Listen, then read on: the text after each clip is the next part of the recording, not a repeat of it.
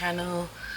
My name is Felicia and we're getting into a pick card today.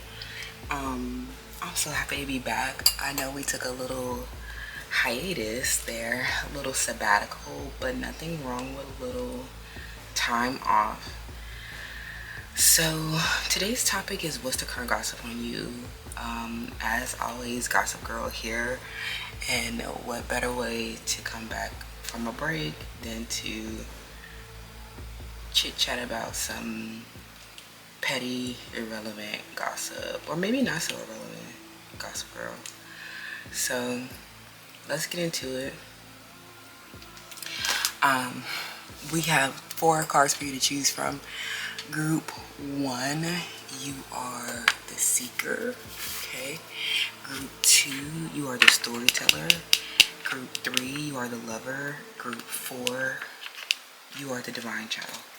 Okay. Choose from your overhead selection and then meet me in your pile.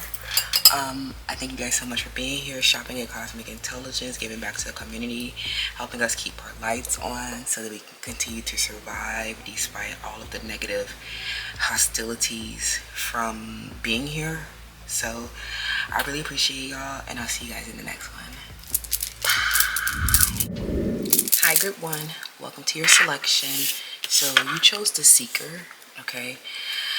So this actually came out in the shadow aspects, and it is the inability to commit to a path once it is found. So you guys might be a Cancer, Scorpio, Pisces, but you could also be a Capricorn or Aquarius energies. People are saying that some of you guys, you may have eloped and gotten married.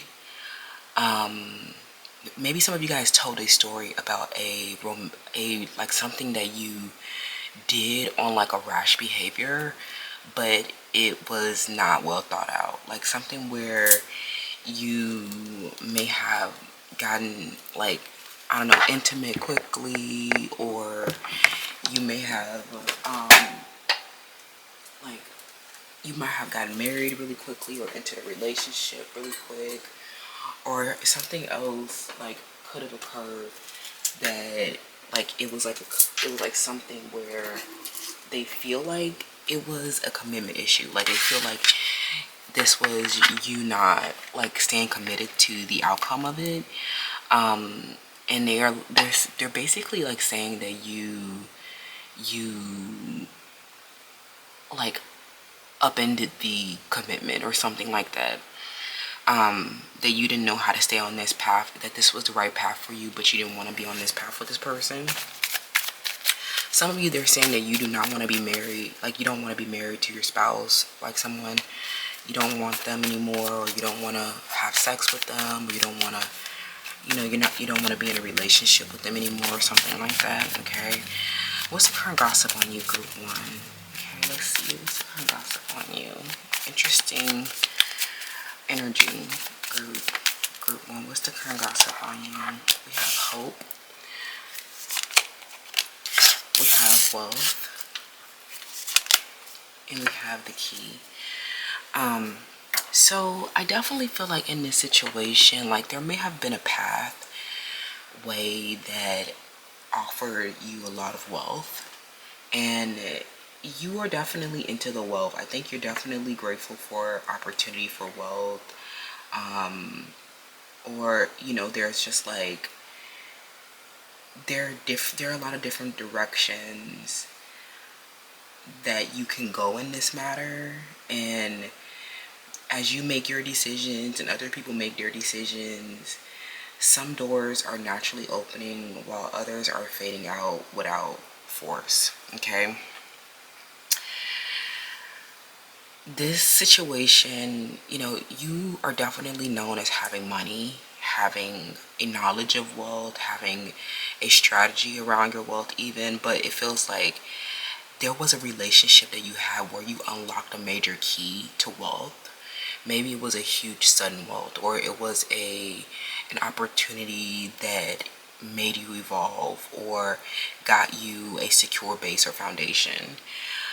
but people are saying that you have not been wanting it. You don't care about the wealth that you built around it, that you took your notes from it and you learned an important lesson. But some of you, they're literally saying that you want freedom, that you want to keep, exploring your options, that you want to move on with your life, that even though this person gave you a lot of wealth, or even though there was like a person or a situation that may have given you a lot of wealth, that you still don't want it.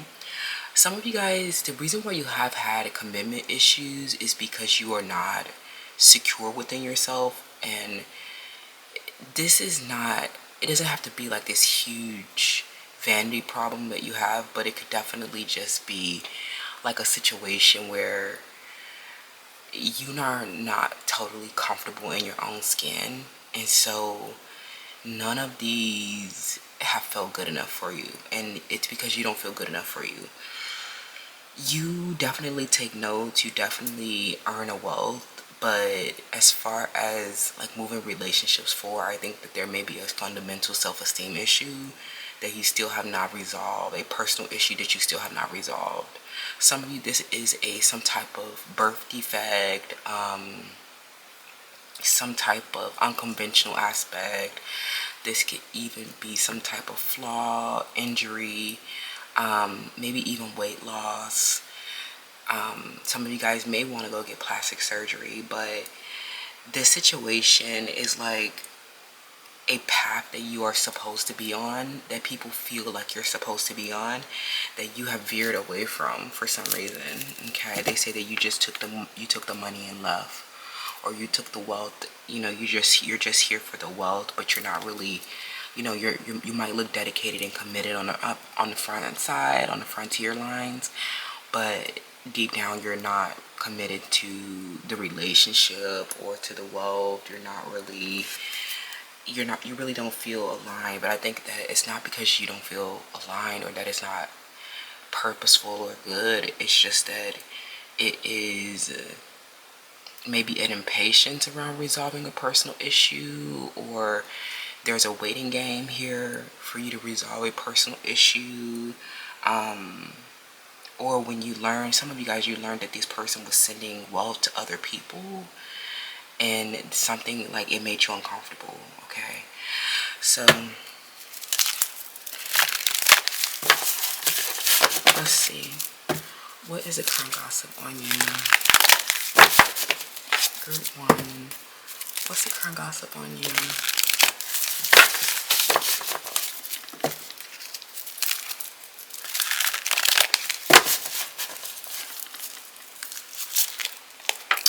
We have the healer, we have the judge, and we have the addict on the bottom of the deck. So definitely people could be saying that you move on like an addict. They could definitely be talking about a drug that you can't get enough of. But some of this is about you having some of you guys could be in a committed relationship, and they're saying that you are not committed. They're saying that you could be compromising your integrity and honesty because of an addictive pattern to cheat, or some other psychological illness or ailment that you have that prevents you from staying on the path and focus. And people are saying that you are on sabbatical trying to heal. Okay, the current gossip around you could be that there's a situation that you have to tend to carefully because it involves a particular wealth, or it involves a distribution of wealth, or a fight over the financial foundation of something. Some of you guys, you are supposed to be married to an addict, or you're supposed to be with an addict, because some of you guys are, if you're following Divas Omen, you might have a particular or taboo occupation or circumstance where you need to grow emotional maturity around something. There may be a partnership or a path where you are asked to confront your addictions and someone else's addictions. This is not the path of least resistance, but it is your path. And some of them are saying that you are supposed to help addicts, or you're supposed to help this person, free this person from an addictive behavior. But they say that you were not committed to helping them free, that there was not enough wealth for you to be babysitting someone's addiction. This person literally lies, and or they do something in an addictive way that makes you extremely uncomfortable. There's something about somebody's addiction or their behavior that is super unjust to you, or like this addict has you in a really, really unfair dynamic or something like that. It's like they really want to have you as like their proud and performative hot take, but they're really like neglecting behind the scenes, or they really have compromised their integrity and honesty. Some people are gossiping and saying that you need to balance your compassion and justice in this matter, that you are dealing with an addict and that emotional responses are not really helpful or useful, but that this person's struggle for dominance is like because they have an addiction, and because they don't have a control or an authority over their inner spirit, they might do a lot to overcompensate for a lack thereof, a scarcity, a lack of control in other aspects. There's something where like this could be you or somebody else that is really overcompensating with an addiction, and it's because they really are struggling. I think that you do find comfort in the relationship, but people are saying that you did not want to heal this person. You didn't feel like, bearing the burden of this addict or something like that. This could be a drug addict, a gambling addiction, a compulsive liar, a pathological liar, or someone who has been a serial cheater. This person, you and this person have been in a relationship just for wealth, and for a lot of you guys, this is the path. Especially if you have been in a sacred marriage ceremony, this is literally just for economic and social mobility, to allow you to travel, to allow you to have enough financial resources to expand your worldview. Some of you guys, this is literally a situation where people could be also saying that like you may have had an addiction to somebody and you're finally healing that addiction, or you're finally healing and releasing a toxic relationship that you had where it was just for wealth, but you kept going back to it for wealth or something like that. Okay, something where it might even be a person that's on a commercialized front with you, and they just are really neglecting or really have been compromised. And they're saying, like, the crazy part about it is they're trying to blame this on you. Like, they're trying to, like, some of you, you're just like, I don't feel like dealing with an addict or something like that, but they're saying that that's your purpose, that's your role, to help free this person from an addiction or something like that. But a lot of what you feel in the matter could be something absurd, something obvious, something that truly is a personal issue that they keep projecting. And some of you guys, if you found out that this person, some of you guys, this is a person who pretended to be a part of the cause for wealth or a relation to your status. These people are actually not believers in the cause. Some of them behind the scenes have actually been nowhere near integral or honest around a wealth that you've built up, and so it really shows that they were not committed and such, and so you have not been committed. Like there's a lack of commitment in a relationship, and they're saying that it's because it needs healing, or it doesn't serve a purpose. Okay, so what are people saying about you? Yeah, what did I say? A broken promise. Somebody made, like an addict, made a promise to you. Some of them pledged their fortune towards you. Some of them promised to marry you. Some of them, they may have an authority And if they have an authority position, then these people have definitely broken office, their ethical oath in office.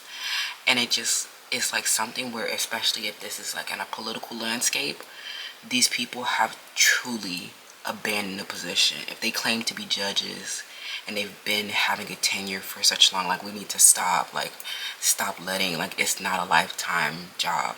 You're not that devoted, low key, high key. But like, if this is a political landscape and they're holding a political office, like, some members in our senior leadership definitely need to be impeached and let go, because they have been only offering a destructive criticism or misusing their business, legal, or criminal authorities. These people, if they have a political office, they've literally just been doing this for wealth, and they are not actually in alignment with the purpose that they preach. This is a con artist. This is a scam. Like, if you are following me on my YouTube diaries, we're definitely diving into this corporate litigation and these abuses from the corporations, where they will tell us all day long on social media how great they are and how much they're doing to improve things, and how they're, they'll work really hard to pretend or to uphold this ideal image that they have, that they believe serves their purpose in any given moment. They're just projecting an image, shape shifting, to fool you into buying into a con artistry or a scam for wealth. Okay, I'm hearing choose something wisely. Some people are saying that you're not able to stay on path because you've been struggling with something deceptive or something that altered you, a traumatic experience that you have not fully cleared yet, and you have not been able to make, a clear decision. And some of these people have been addicts, and so they definitely brainwash children. They definitely seduce and harm children.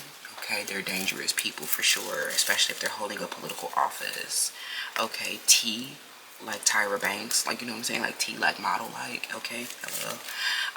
Your name could be Tyler, or your name could start with the letter T. Someone's name is Tia, or Tia Nora, or Tia. You could be from Greece or like Atlanta.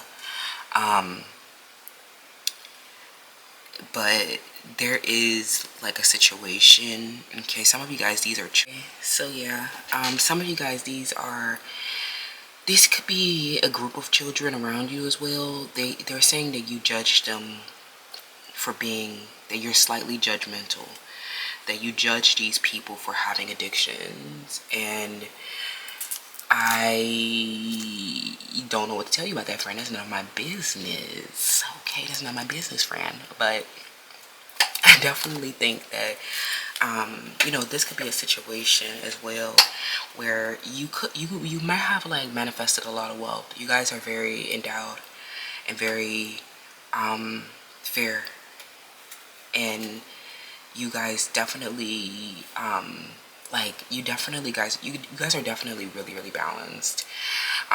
So I think that you definitely have a lot of wealth, because you guys might have, you have a deep perspective around shadow aspects of wealth.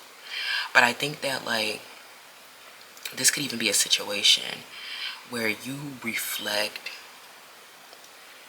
the healer. Maybe you take up a role or have the responsibility of being a healer in this situation. But this matter, it just definitely feels like it deals with like children. And a lot of these children have been addicts, and they're saying that you're around as like this gifted child, right? You're not the same kind of child as these other children, okay? And you could be a full-blown adult, but these could just be like senior members of the government, older folks, where your parents are like, your parents could be like senior status and older than senior status, and you can be like a full mature adult, like middle age even. But it definitely feels like some people who have reached like age 30 and up, because like between 30 and 50 could still be considered children in the eyes of like some senior leadership or other business, legal, or criminal authorities. This situation involves a matter where intelligence was highlighted. Like, it was like, people might try to comfort you, and a lot of people are envious of your education, but the way that you communicate and the way that you have managed a lot of your interpersonal relationships, you have a very strong practical sensibility. Like, and I think that that's really an underestimated skill set that have made this a super big tea for people to sip on when it comes to you. It seems like this is like a strong contrast that makes you look like this ultra successful person, perhaps, alongside a group of children that attacked your wealth. These people became obsessed with your possessions, property, and lifestyle because we talked about this recently as in one of the zodiacs, I think. But it's like these people have truly been addicts in their life, and they've had issues with integrity and honesty and addictive patterns that they haven't had a spiritual capacity to manifest or create the optimal reality that they desire. These people have not stayed on path in life because they have been dragged off by emotional or behavioral health issues or other kinds of mental illnesses, drug addictions that truly have impacted them cognitively and psychologically, where they really cannot function. Like, and I know that you might even start to feel a guilt because some of you guys, you've stayed on your path, you've healed your mind, body, and spirit, and you now have this ability to help other people transform their pain into healing. But some of these people have not really been deserving your help. Like, they are asking you to heal the wounded, broken children that have been addicts. When they saw your wealth and property and just how well put together and composed you were, they knew that you didn't have the same kind of addictive patterns that they had. And they were really shadowy people who were not really successful within their life. So when your rate of intelligence is highlighted around these addicts that just feel so like mediocre and subpar and not really reaching the fully intended target, it creates a lot of guilt and a lot of contrast and a lot of burden of their grief and their loss. And you might have even exposed deception with these people who became intoxicated with you because they became addicted to your spirit. And that just reflected that they didn't have an inner spirit that had an authority, that they were just too compromised. And that they never stayed on path in their life, and they never really accomplished anything in their life. Like, even if this is just academic achievement, you might have just been like, oh, my regular working class job and my little degree or whatever that I just to get a mediocre wealth or something like that. Like, some people have a hard time maintaining a mediocre wealth. Like, some people have a hard time maintaining just like the median income in the United States, which is like what I think the median income is no more than $50,000 a year. So being able to manage a home and a job and routine is vastly different than an addict who have not been able to accomplish anything in life.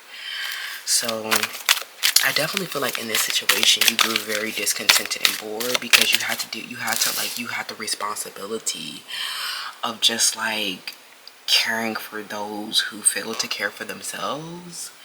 And you might have even been a victim to their blow or a victim to their lack of integrity and honesty. And you were just like burdened with having to balance justice and compassion. And they're saying that you have not been, compassionate about this, and that you've had that they're saying that you judged them for having addictions, and you judged them for not staying on their paths in life. They said that you judged them for not being intelligent enough, not having communication skills, not having consciousness. Like, it's like, I think that a lot of it is like, even if you're an older middle-aged person with even older authorities, this feels like there's a highlight around the early education and travel opportunities and short trips that you took. Like, I'm getting a lot of people putting a big emphasis on like your travel, your short trips, and your early education, like your achievements really early in life. They're trying to create like this contrast around how that was like a privilege, or it was like something that that set you guys on different paths. Like, this could even be classmates or previous colleagues or staff that you were, associated with in your early education or early childhood developmental stages, where some people took a totally different path in life. Like, you might have been you might have been so aware, keenly aware of these challenges while you were moving throughout your life, because some of you feel like very ambitious people, or you've had a very strong awareness since you were 6. Like, I'm just kidding. Or like, you've had a very strong awareness since you were a child. And there is like, I think for a lot of you guys, the contrast started to become clear after you graduated high school, or after some major accomplishment in your life, where it showed people that you were on path, and that you stayed on your path, and that you stayed focused on achieving your goals. These could even be people who dropped out of college. Like, some of them, they dropped out of their university program. Some of them could not fulfill the requirements. They've had, they were flunking, or they showed an irresponsibility that you judge. Okay? And I'm not here to tell you what's right or wrong in this situation, but just know that a person with an addiction doesn't have a self-control. And I think that there are a lot of different ways to look at it, but personally, someone with an addiction, like, I think that that's not real. Like, stop trying to have so much sympathy for an addict. Like, it's weird because you're aware that there is a addictive pattern, but you don't have a control over it. That's like the spookiest, scariest thing to ever like exist, like to ever manifest, is for an addict to show up in a reality where someone is highly achieved. So when they saw your world and what you were manifesting, they took so many notes. You know what I'm saying? They took the children, and oh my God, I have so many addictions and so much that have taken me off my path. Like, oh my God, I need Pal 1 to like help me repair my body, mind, and spirit, because I literally cannot control myself. Like, it's just so burdensome to have to deal with an addict that like can't control themselves. And some of y'all, these are people in your family that have had drug addictions, like eating, even eating disordered eating or something like that. They could have had like overeating. Like, these could even be obese people where you're just like, why is it my 600-pound life everywhere I look? Like, you're not responsible for these people's addictions, and you have just been forced into a role where you have to like help them take a lot of notes and help them understand the early education or something like that. Like, you have to take a lot of time to help other people, because some of them have really been a situation that you needed to judge. And they look ridiculous. Like, you look, like I can't even, like, I'm sorry, y'all. Like, I'm just thinking, like, it makes me want to throw up. Like thinking about somebody who cannot control their behavior, like, that's so strange. It's so far removed from a lot of you guys' reality and consciousness. Is not a part. Maybe like addictions could not even be a part of your consciousness.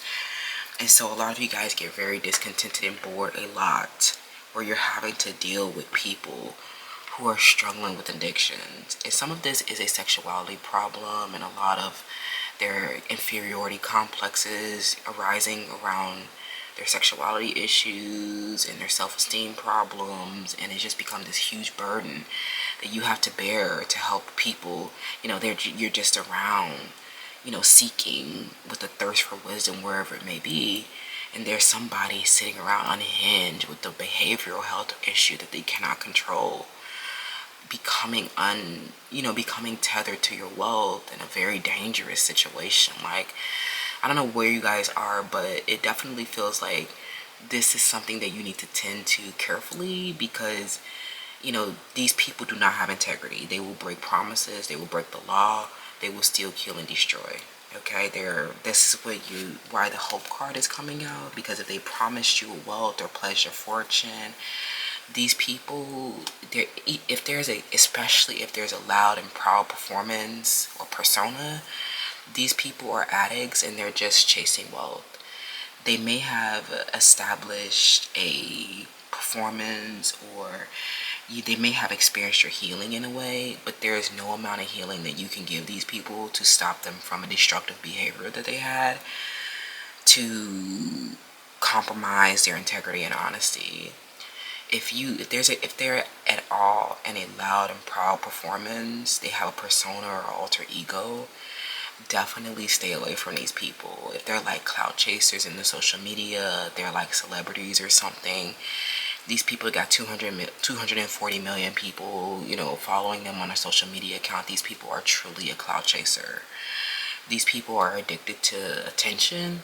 A lot of you guys, they are narcissists, and they need a constant reassurance and validation. Okay, so they might make a lot of declarations and grandiose promises, but they don't have abilities to fulfill them because they're just too full of heartache and loss that they just do a lot to overcompensate for it. And it becomes really awkward and strange that they make promises that they can't keep. Like, I would never do that. So, you guys are totally opposite, totally cut from a different cloth. And they blame a lot of this on some heartache and loss from their childhood developmental stages, their early education, things where they felt like interpersonal communications broke down, but I think that they'll blame a lot of this on heartache and loss from their interpersonal relationships. They'll blame a lot of this about their body image issues or their sexuality problems. Some of them will plead insanity.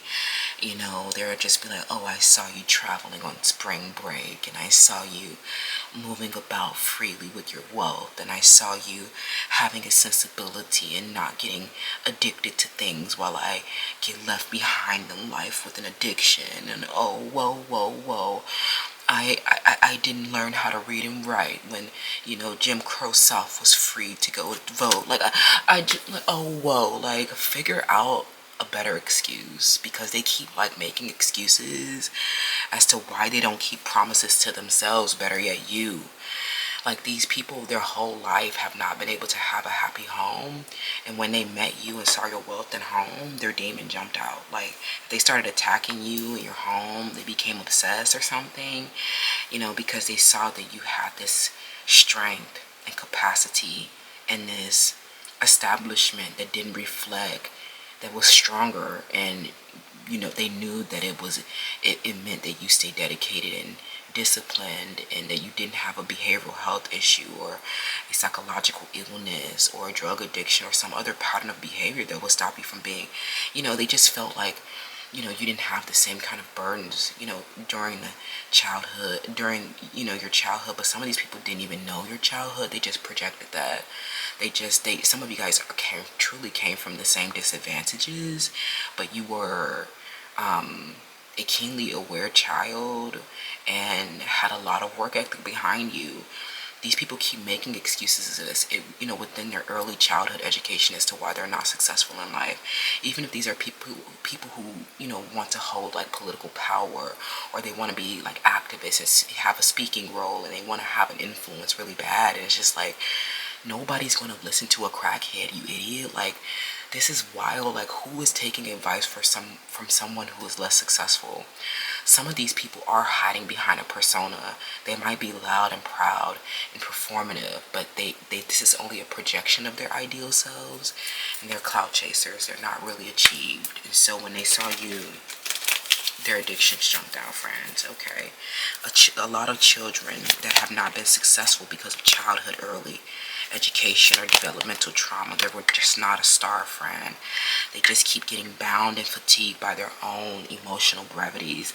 They keep having these volatile mood swings about you and your wealth, and you're just like, I'm just traveling and just living my life. My childhood and my achievements have nothing to do with you. They're literally keep saying, oh, you had a better childhood, and you're just like, no, it's just you weren't idiot, or you were just not practical or sensible.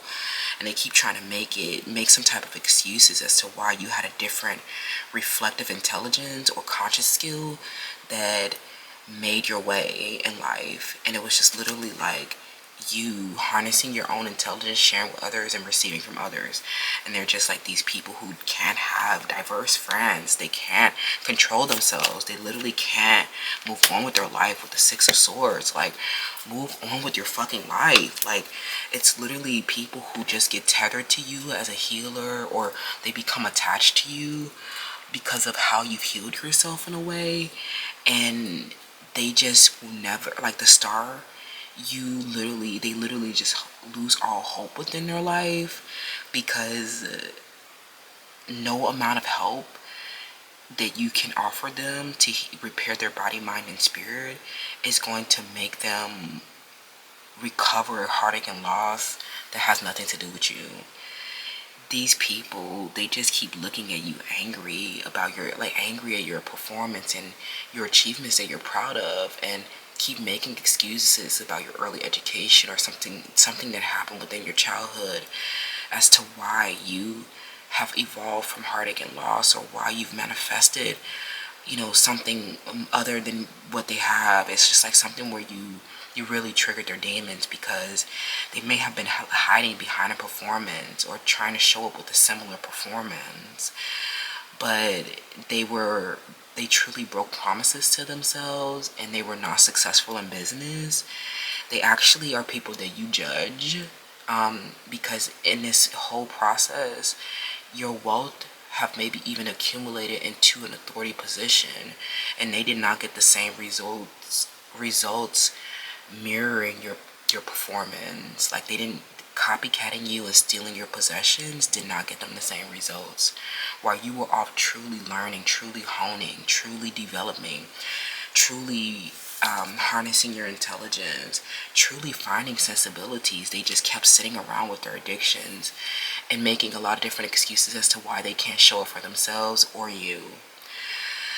That's super burdensome. But they are just like, there's like this situation where you have to like escape addicts, and this is really, really scary, because this is the karmic challenge, that you're sitting around with this wealth and this achievement, and you're moving from it could feel like you're moving away from something that happened when you were a child, other peers in your cohort that just did not turn out like you or successful at all.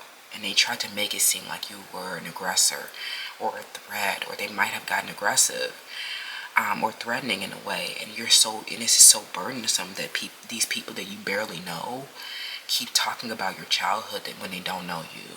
It's like a lot of this happened before you gave them context and background and texture about your childhood. And now that they know, they're just like in a chronic looping of a behavioral health issue where they refuse to leave you alone with the Six of Swords. They refuse to like leave you alone because you have also become like an addiction, where they're like addicted to watching you, addicted to your to the way that you take care of yourself. They keep reflecting back to them that they didn't have a sensibility to be able to like take care of themselves. Like, it's like they never can find the right tools. They never can commit to it. It's like something where you might even give these hoes all the ingredients and the play-by-play, literally, in an encryption group chat on social media, public forum, and they're still a fucking idiot, and they still can't commit to the path. They still can't do it. They still can't do it, y'all. Like, that's the grimness of this, is that no matter how much play-by-play you do with these dumb ass children, they're still like inept and incapable and still, addicted. Like, it's literally so burdensome that it's like making me want to throw up.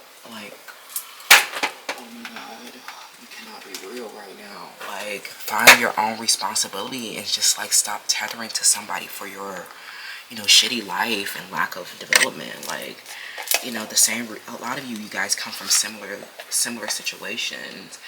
Maybe you even graduated with these people and they just saw you didn't have a problem staying in school. You finished your coursework. You know, a lot of them, they see that you have healed your hair, or you've grown your hair tailbone length in 2 years or something like that. Like, people see that you committed to your path and got those results. And there's like, these people want to grow their hair so bad, they want to be intelligent so bad, they want to, you know, be on a microphone so bad, but you're literally so fucking dumb.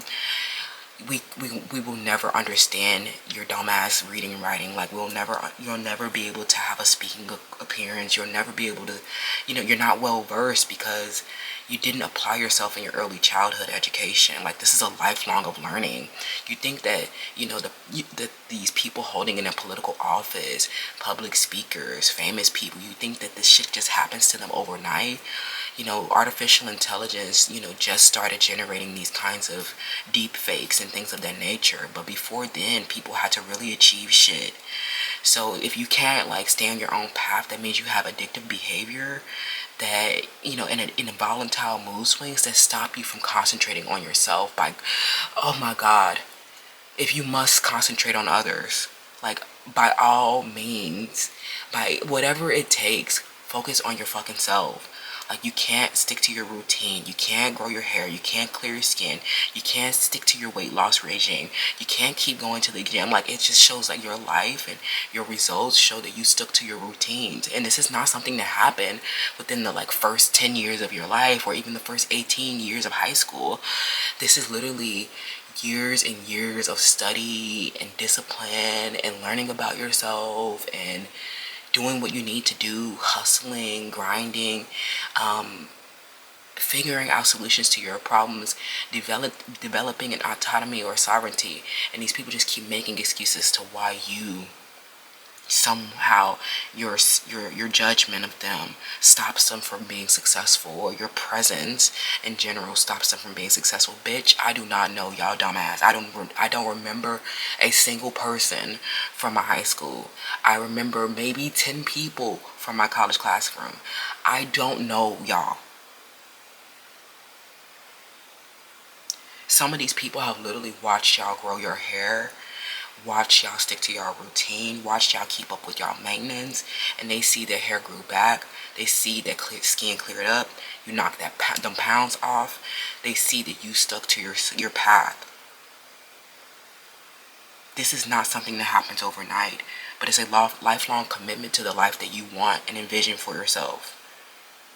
Stop making other people the external power responsible for why you're not successful. You're the reason you're not successful.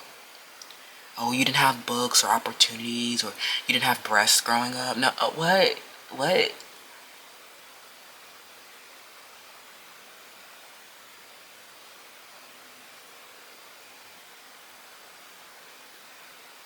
Especially when it comes to wealth that's earned. Well, no matter how fucking good you look, I don't give a fuck how big your titties are. They're not going to, like, make you garner a wealth out of the thin air. That's earned. Stop making excuses for your lack. Okay, from the bird's ally. Okay, let's wrap, friends. What's the current consequence? Yikes! Like, get the fuck out, you addict. You know, they feel very judged by you because you're, like, not an addict like them. But, like, that's kind of gross, and I don't blame you for judging people for having certain addictions, like certain things. It's just be seeming impossible, especially when they make you, like, judge them for making you the external power as to why they can't be successful. You might be like, okay, maybe your tooth got chipped on the playground when you were fighting, you know. Maybe, you know, your parents just did not have, you know, the great perception of the right mating skills, such that you had the right, you know, proportions in your, you know, like, it just feels like there was like a lot of blame on decisions that did not involve you. So, like, the Six of Swords in the reverse, these people are total losers with the Star in the reverse. They literally have no hope in life. And after some of them broke promises to you, if they broke promises to you, like, they're really a big ill. Okay, they're really done. Like, anybody that broke a promise cannot come. They cannot re-enter. And even if they think that they're going to re-enter this piece, do not start moving around trying to come near Pile 1, that's gross, okay? So what is the swan's advice for you, okay? When the swan appears, believe that real change is possible, even though the star comes out in the reverse. Empower yourself and those you care about by acknowledging the possibilities that small steps forward can bring fruition, okay?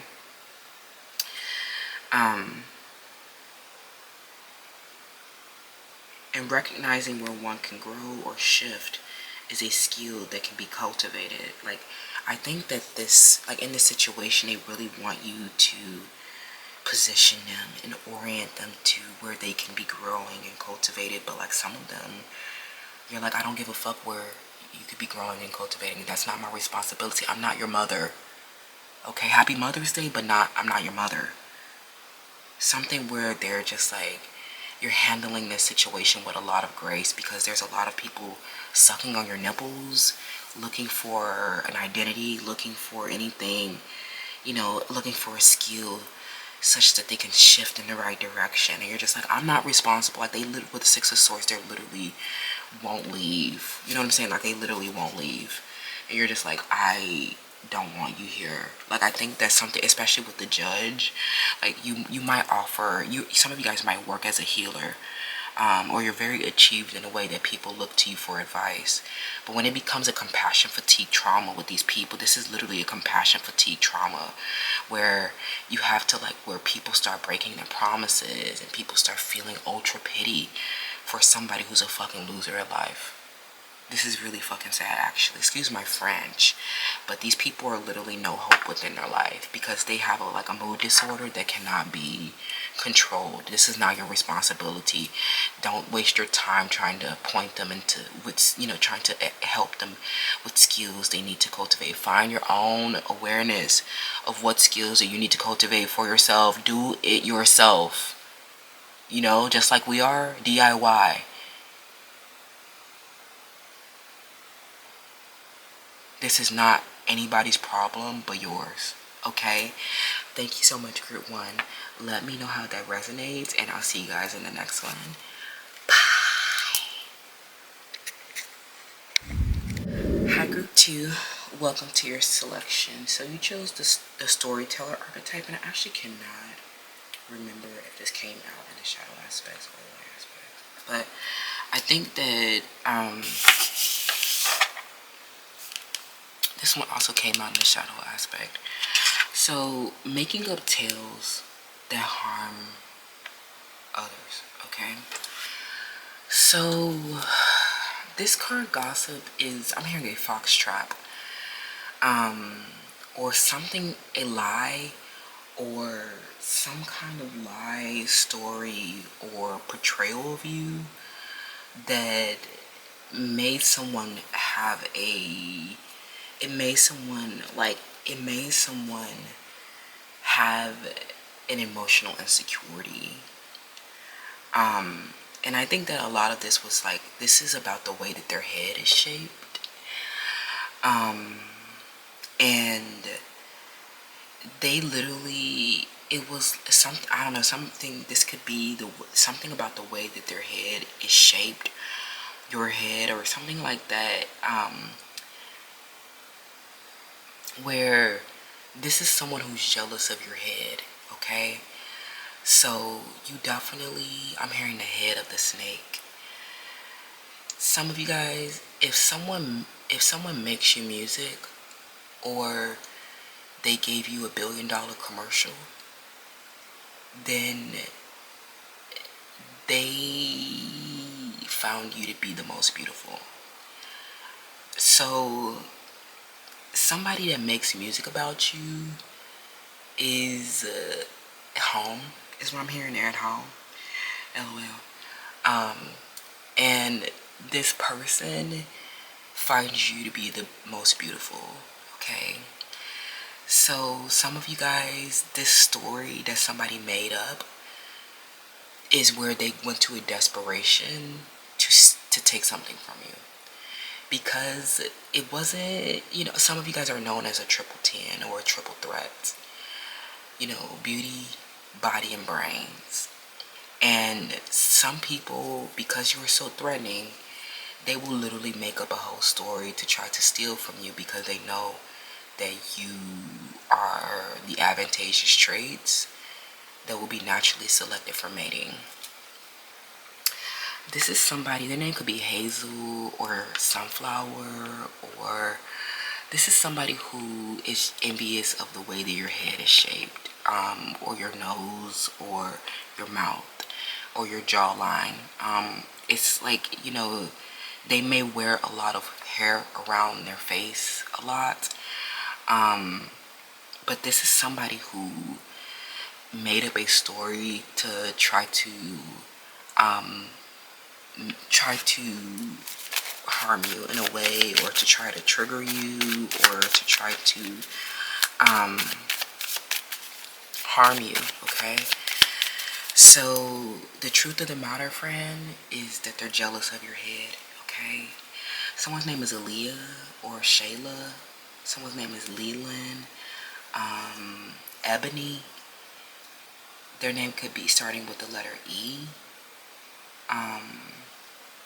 Someone has a ugly head, okay?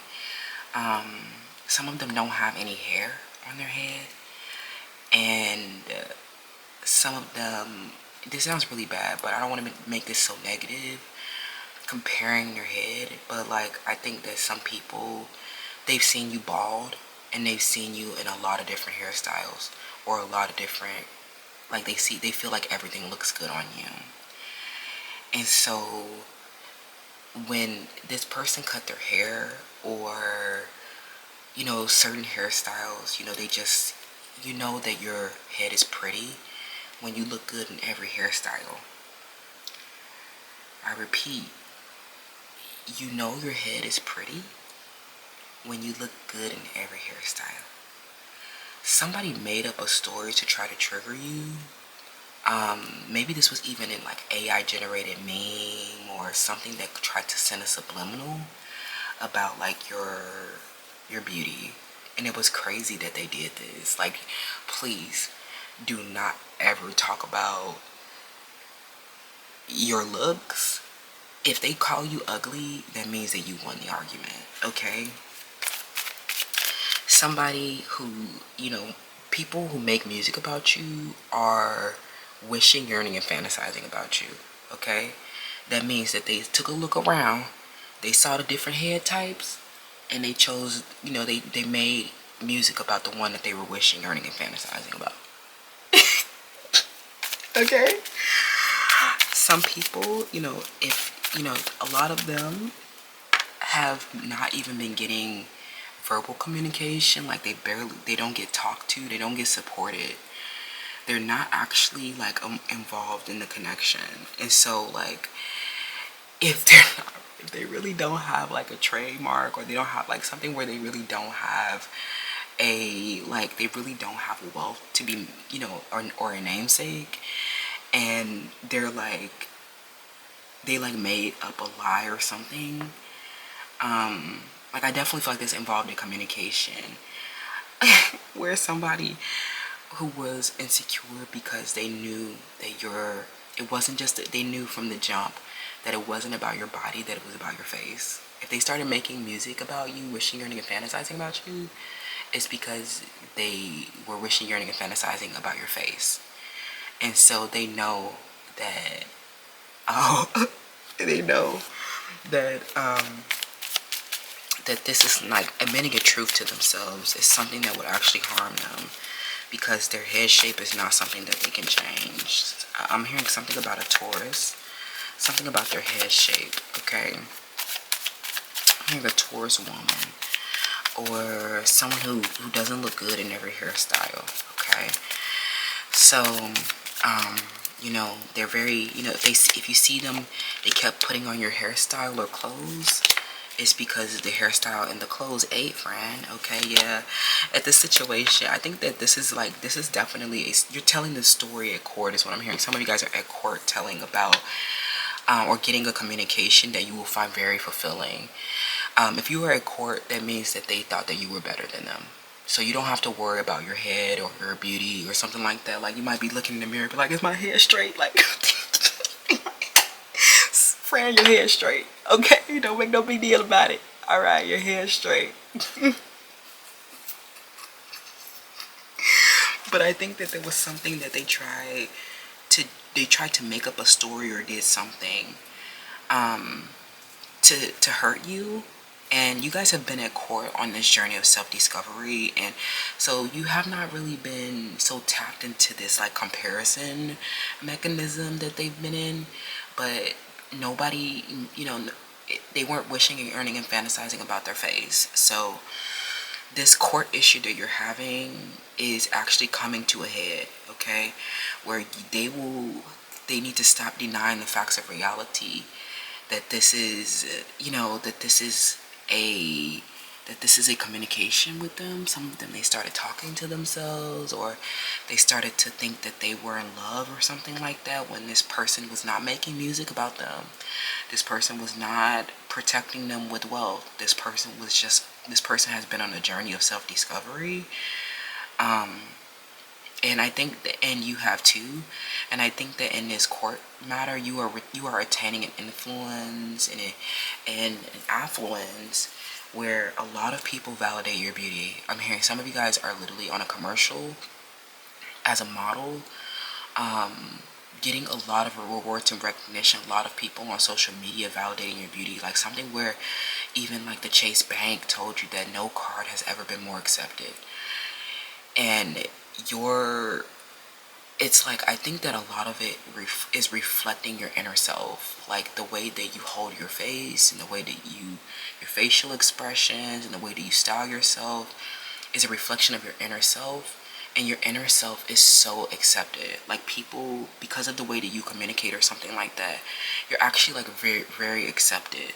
And we learned that it's not about your head type or your beauty at all, but about the way that you express yourself and come across to others, that show them that you are in tune with who you really are, and that you're like, that takes the pressure off of some type of physical appearance or something. Okay, it's like something where, you know, somebody at court became obsessed with your physical appearance or started stalking you because of your communication, expression, intelligence, and it's because they really saw you as better. Okay, so, you know, especially if they see, you know, all these people delivering music to you, that means that they think that you're really pretty and beautiful, and that your inner expression is the emotional satisfaction that radiates outwardly.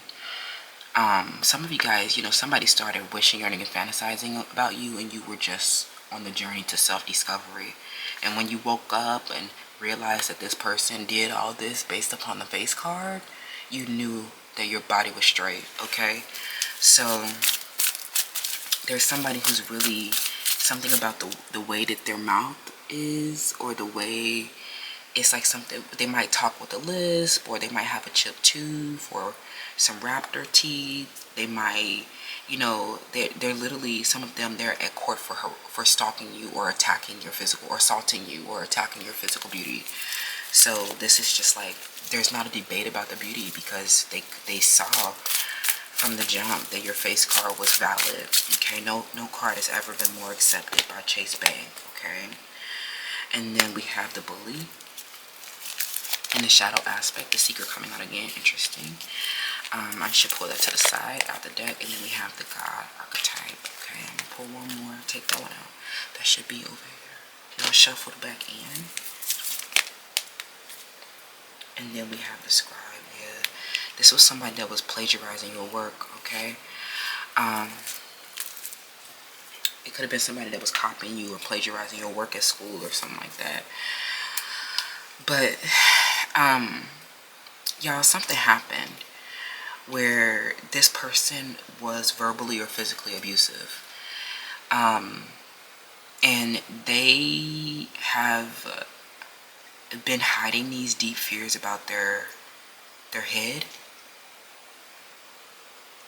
onto you. You know, they've been concealing their verbal and physical abuse of you behind their deep fear about their head.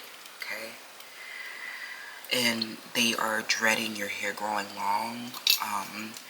And some of them, they recently saw your hairline full and they were able to tell that your head shape was valid or something like that. Okay, so this is a situation that you have to you know especially when it comes to dealing with a characteristic about somebody that they cannot change. Like, you can go get braces, you can get cosmetic dentistry,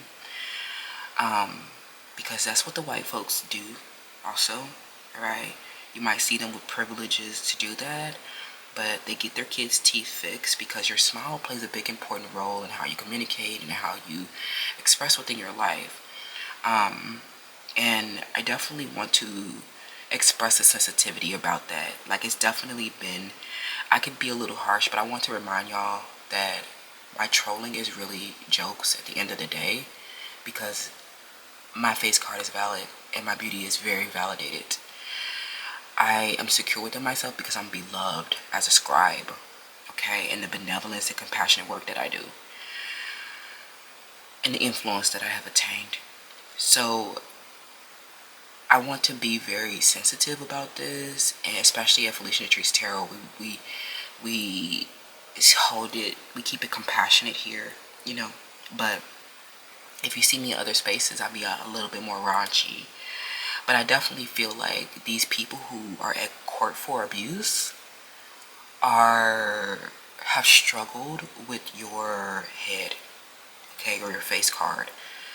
And so they might have tried to do something to plant a subliminal, or to try to poke at you about something.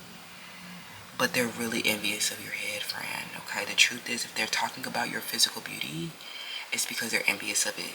If they're at court, they're envious. We don't have no more discussion about that, okay? But I want to be very sensitive to birth defects or issues around the mouth and teeth. It's not necessarily how your mouth is shaped even, but having bad teeth it could literally, because we see so much cosmetic dentistry in the media and on technology, and we see people having bold and jubilant expressions where they're able to open their mouth and express. And some people, when they open their mouth and express, you see their raptor grill, and it's scary. You know what I'm saying?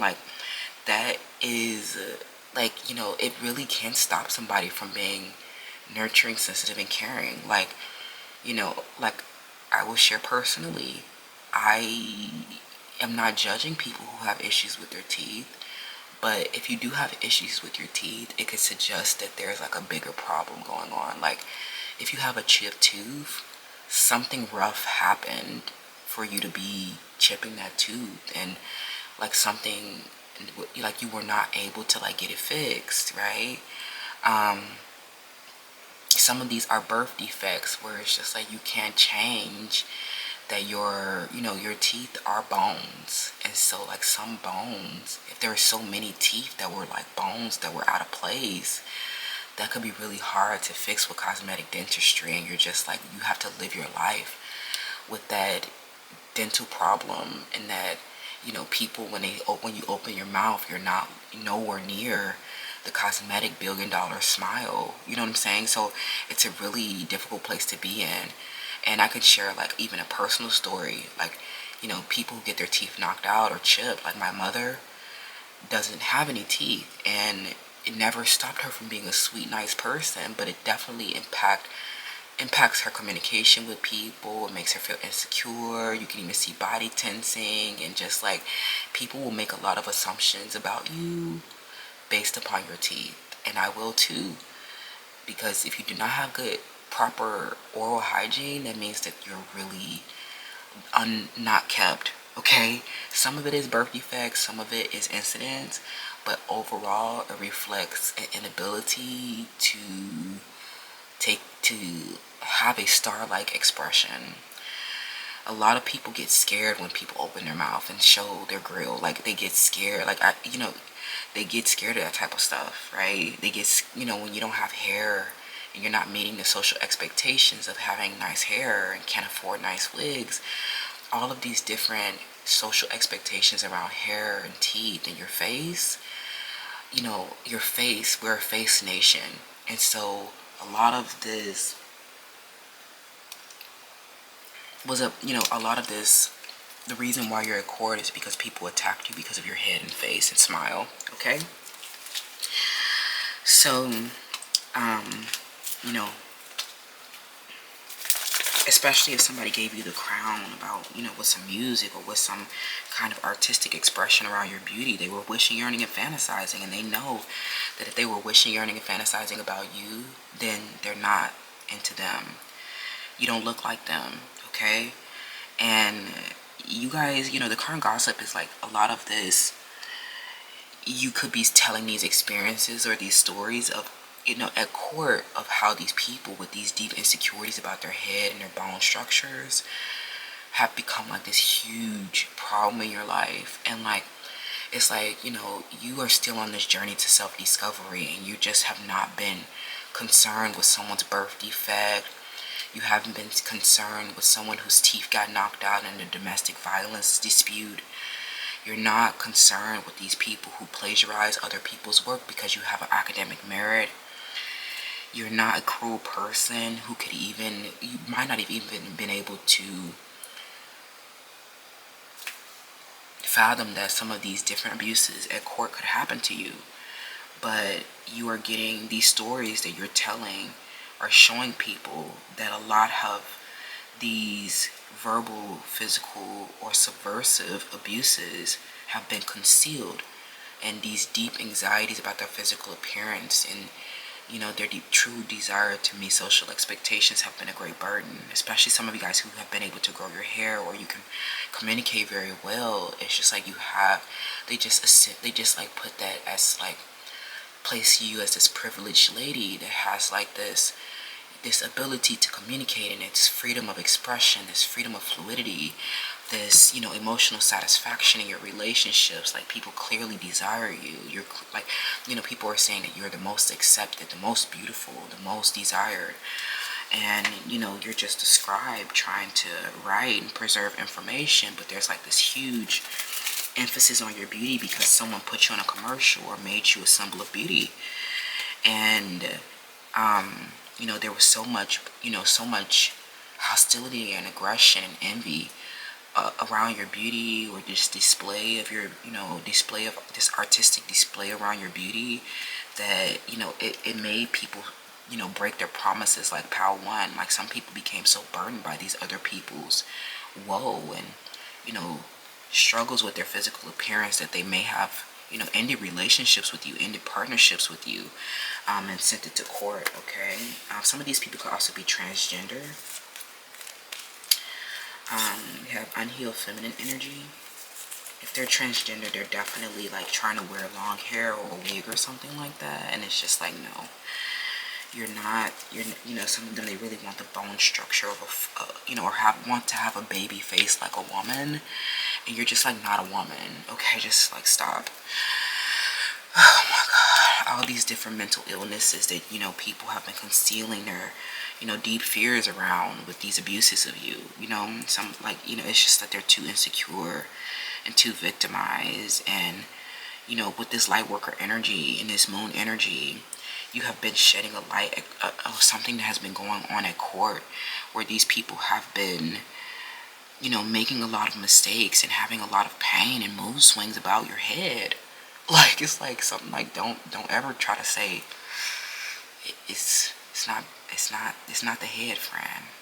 It's everything. So this situation, you are at court, like getting an influence, attaining an influence, and people validating you while you are at court. So they're letting you know that you were the one that was preferred in this matter, especially if it became about your beauty or something aesthetic-y around comfort and intimacies and pleasure. But they could become passive too, because the envy is a great burden. Okay, they will say that because it rules so much emotions around characteristics of people where they cannot change certain circumstances. Like, you might be able to go get cosmetic dentistry or fix it in a way, but you can't change your head shape, you can't change your jawline, You can't change your nostrils. You can't make yourself more Eurocentric looking.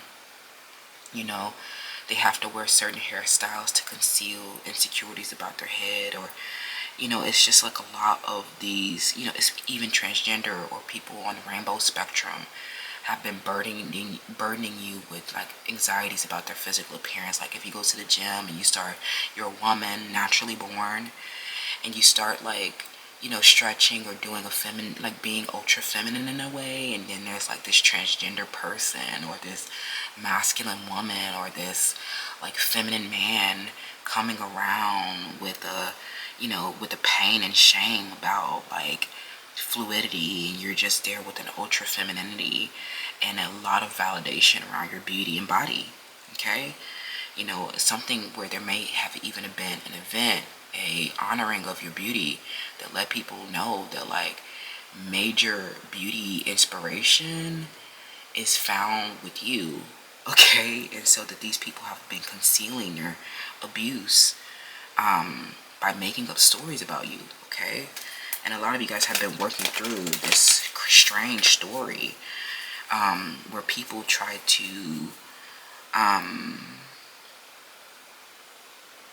do something cunning, or they try to do something to plant insecurity or doubt or seeds of doubt to stop you from preserving information or make you insecure about your so that you have like these anxieties about your physical appearance, so that you cannot work your occupation, especially if you have an occupation at court, or you do a lot of speaking engagements. They'll like some of them, because your face card and your body and beauty was so validated and people fantasize about you, and you're not surrounded by a bunch of like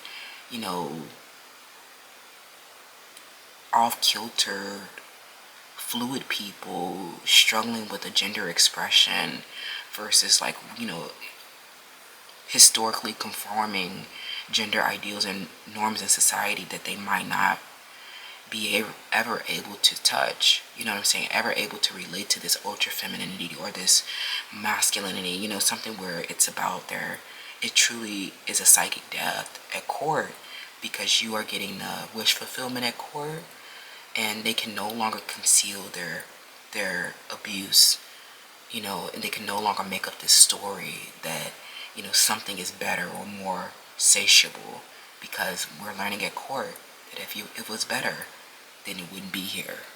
Okay, like I said, if it was better, then it wouldn't be here. If it was your happiness, then you would be there, but you're here at home with Pal 2. Okay, LOL.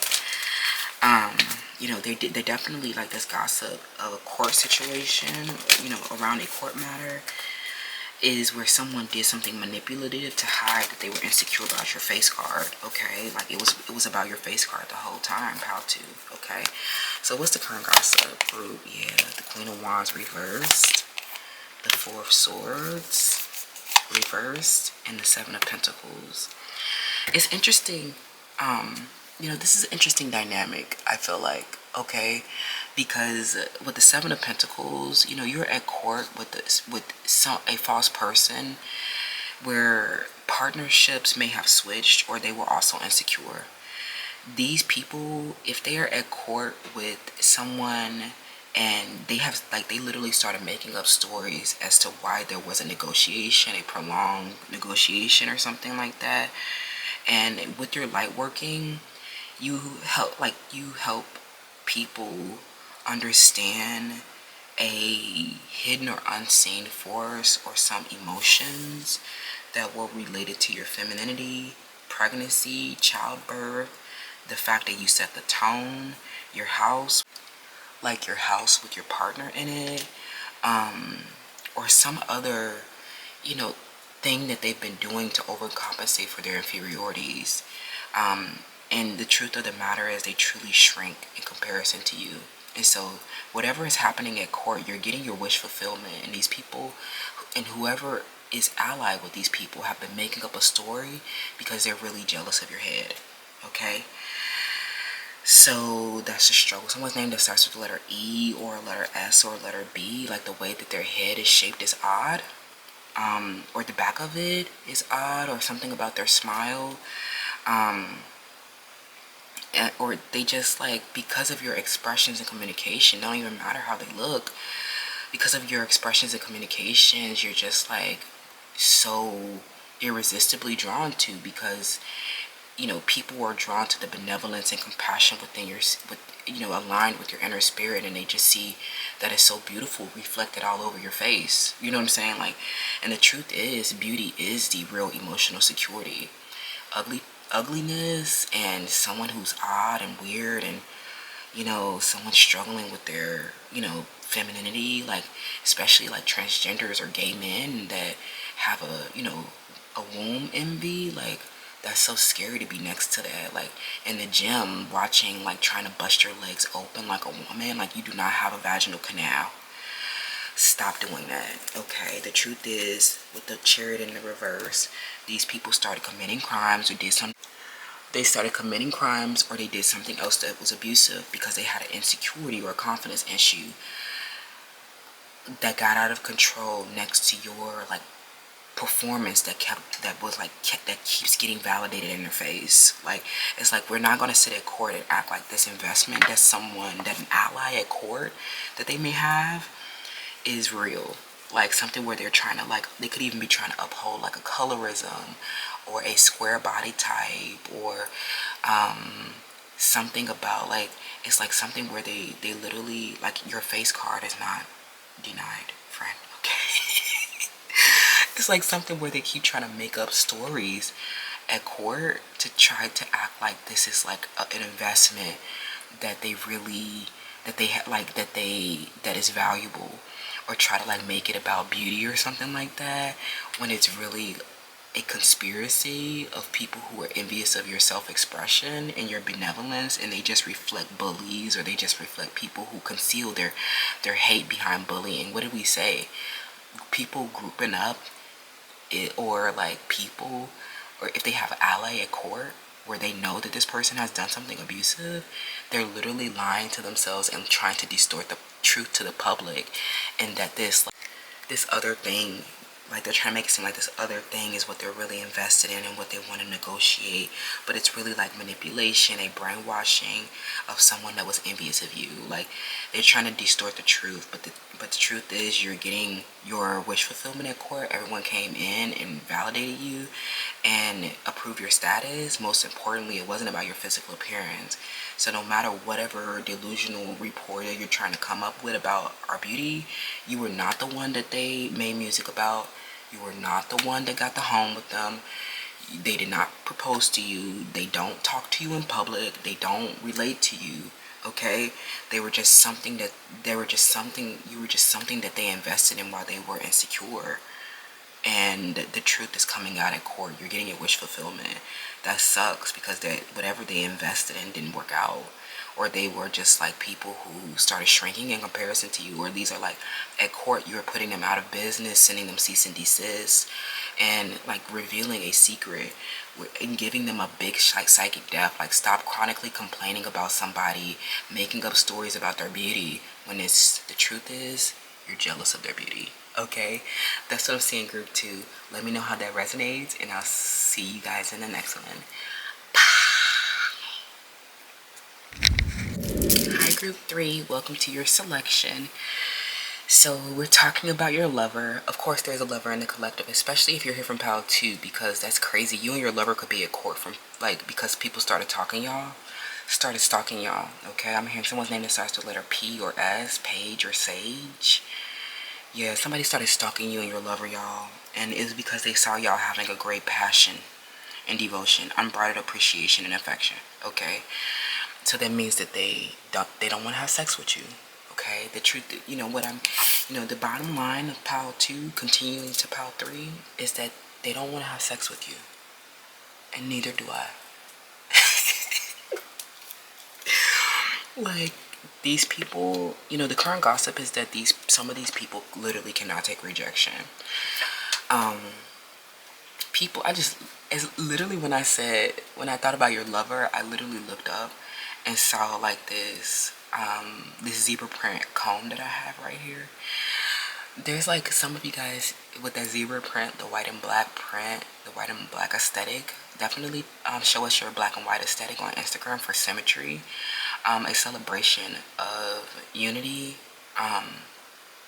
with brown peoples, black and brown peoples. Okay, some of y'all, if they see you in an unconventional relationship, if they see you in a romantic relationship with an unconventional person, then this person is totally devoted and obsessed with you. Okay, they hate to see your romantic partner really into you, because it means that like you they appreciate you and respect you and have boundaries up in the relationship, and they're so mad that they can't, steal them, and they're so mad that they can't like come into your home or something like that. Like, imagine being a desperate side chick. Oh, I want to come into the main chick's home so bad. Like, what? Like, imagine, like, oh my god, I can't wait to see her bed and her kitchen and her, where she cooks his meals, and where she lays down with him every night while I have to leave. Like, why on earth would you get off from laying in another bitch bed? You sound like an idiot. Like, these bitches are so desperate, it's making me want to throw up in my life. Like, they see you wearing gowns, long flowy dresses, flowers are everywhere. Like, they're literally saying to someone, it cannot control how they feel about you. Okay,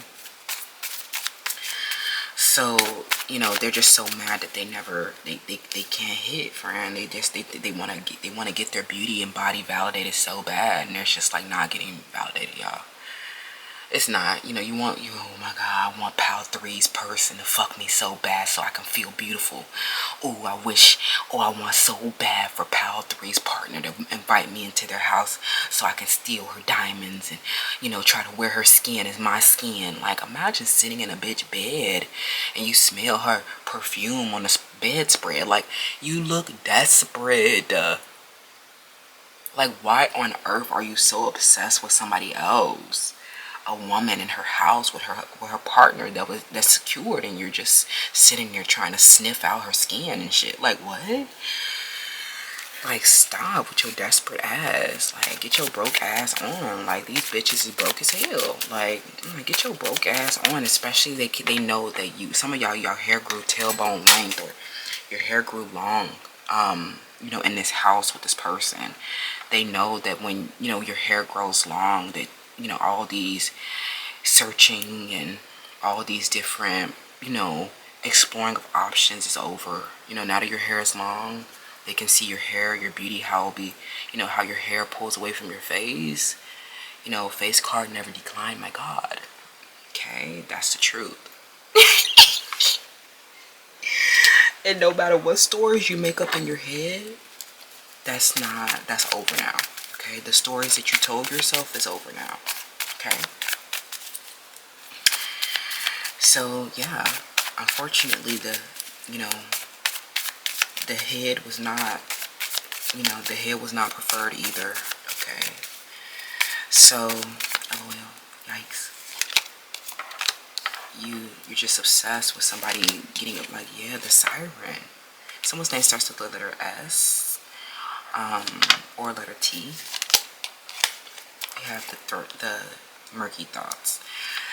So, you guys, this is somebody who was truly seeing your pleasure and intimacy with your person, and saw that this person cannot hold their feelings back. Okay, I'm actually getting guided to pull messages from, let's pull one message from your lover. Okay, just because this is like a welcome back spread and saying, hey, we are entering the glow up negotiations with the authorities in the terminal, and we have been on labor strike, and we have been, we've been sad that we have not been able to give you guys service, but we have had to take a stance in the matter because they have truly been abusing their positions and their authorities. So we have withhold some of our skills so that we can leverage them and negotiate settlements for these injustices in the community. Okay. But if just to welcome you guys back, let's just do a little bit, extra for the gossip. Let's get a message. Because the lover card came out, let's get a message from this lover that cannot resist you as a siren. This person keep looking at you, and they're seeing your hair growing long, and they're seeing that your face is looking beautiful, and you got that full bust. It's like the way that you're going to be sitting in that house. They know that you're going to be sitting very pretty. And very, very, very loved and appreciated, okay? No matter what your gender is. So,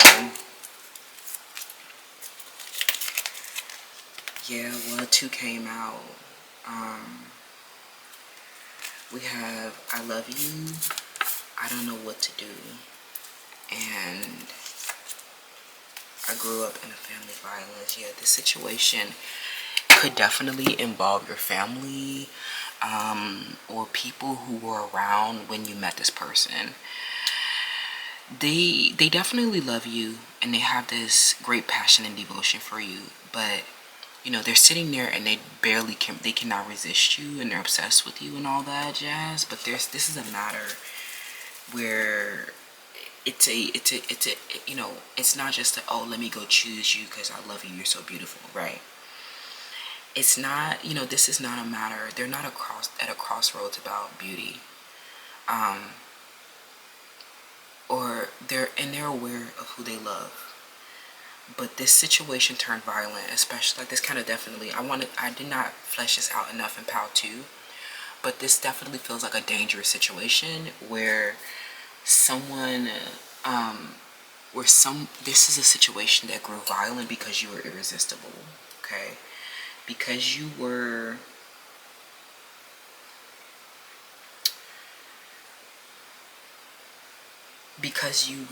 so appealing, and that they saw someone with a passion and devotion and unbridled appreciation. They knew that meant that this person could not resist you, or that you had gotten to a level of beauty that was satisfactory. You know what I'm saying? Like something where especially if you guys have been repairing your beauty, like restoring your hair, or improving yourself, going on a weight loss journey, right? It's just so you just keep getting more and more beautiful, and it be getting awkward, especially when you have to explain to your family, your ex, even their ex. You have to explain to a lot of people why you are so devoted. Like imagine, like you keep telling somebody, I love this person, this is the best person I ever met, this is the love of my life, and then someone's like, why? Because they're so great, and they do this, and they do this, and I love this about them, this and that. Oh, but why? Because they do this, and I love this, and this and that. Okay, but can I still have sex with you? Can I please have some money? Please. Please. Please, can I have some money? Please, can I take some food off of your plate? Please, can I take some wealth out of your home? Please, let me in your home. Please. I know that I openly hate your wife, but please, can I come into your home? Like, what the fuck is wrong with you? Mentally ill, trash ass, bottom of the barrel, crap bucket looking ass bitches. This situation is a family violence. Some of you guys, this is a sister, a older woman in your environment, maybe a cousin, auntie, or somebody like that, where they saw you getting cherished by a man and they grew obsessed. Like, this could even be a family member. Someone's name is Ashley. So because this is a family matter, it can be hard to understand what to do. It's not just about, oh my God, I love you so much, but it literally is a struggle, with this, especially with the guide archetype coming out, where, the family is struggling with finances perhaps, and this person needs, they might not have enough finances to, I don't know, to risk you. You could be a liability, because displaying your beauty will make a lot of people hate them and you. So you're in this liminal realm, and anonymity could be like your best friend right now. And if there's like a situation that needs to resolve, or you might see them as, you know, you're this siren with this spiritual conviction, and you'll see them like, oh, you want to place your financial gain and control over the situation and not impart the spiritual insight. You're corrupt, this and that. Especially if they are a different race than you. This is not about this person not truly loving you, but this person coming from an unconventional relationship and world. People are literally hating them for desiring you. Okay? So, you know, especially if this person was previously your mentor, your boss, okay, they guided you in a way. The healer came out in group 1. You guys might find messages there. But this is literally a situation where people have started to despise them because they couldn't resist you. And if they're unconventional, they'll have to explain to people why, you know, why you chose them over, you know, where they come from. And they'll have to, like, you know, they come from a family violence too. So it's like some of them have really been struggling with trusting the conventional dynamics or people where they come from, and they really, you know, they really feel the harmony with something unconventional or something that, you know, they really feel the harmony with you. Okay, they really can't resist you, can't keep their hands off of you, and you know, they have a passion for you that they cannot even control, y'all. They can't even hold it back. Okay. But there's so many people in their family or in your family that they hate, or a difference between families, that is, you know, where this person has to explain why you are a part of their world. And you might, you know, a lot of them could risk losing everything just from being associated with you, especially if they hold an office, an authority position. They could have been your mentor. People will see that you were, you know, they were like, oh, you were favored for opportunities or occupation. That people showed a favoritism or a bias or discriminatory practice in some type of way.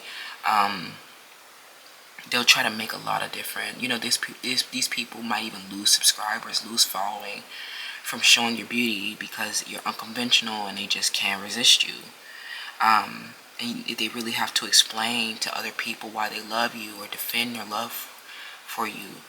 And, you know, I think that, you know, if you want to give them advice or you guys openly talk about a conflict within your family, especially if it involves a financial dispute, you know, I think that you ultimately became a part of this person's life because you were a healer to them, you know, especially from a family violence. You know, it wasn't about, you know, the symmetry and the uniting that we found is that, like, our family violence traumatized us so bad that it was like a heaven on earth when we found this unconventional relationship. So some of these people, you met them, they were your boss, they were someone that you worked with, a mentor, an older person in a community that may have refined your character. And, you know, there's a lot of gossip about a relationship that you have with your boss or a mentor, and they'll say that they're really just trying to, you know, that you guys are trying to get your financial gain instead of imparting spiritual insights. But a lot of what this person has been doing is neglecting you, or, you know, separated from you, not imparting the spiritual insight about how your unconventional relationship has been their sanctuary and their refuge and their nerd heaven. Because, you know, they could lose money sharing this with people. People will stop supporting them financially, in business, or at work, knowing that they're associated with you. The truth is, not everyone, you know, loved the symmetry. We've actually seen an increase in people openly showing their anti-symmetry, okay? And so that's why this person doesn't know what to do, because they don't, you know, they could lose everything by imparting your insights and showing you or off or being with you in a way, okay? There's a risk, okay? They want you to know that they really love you and they can barely control it. But, you know, the reason why they haven't been here is because their family violence is a financial dispute. okay, where they see you, they see your pleasure, your beauty, and they will truly try to fight for wealth, knowing that you guys are intimate. They don't want you to have money, okay? They don't want this person to be able to give you money, okay? But you're very wise in this situation, and you know that your unconventional relationship will be projected onto a lot. So, you know, if you're dating someone outside your race, this is just really hard to be able to defend a purity, right? And but you don't have to defend a damn thing. Just tell them we can't stop touching each other, so that's why we're together. Okay? Right? You don't have to explain anything. Just say we're together. That's why. Because we can't stop being together. That's why. Okay? So, you know, and then adding even another layer.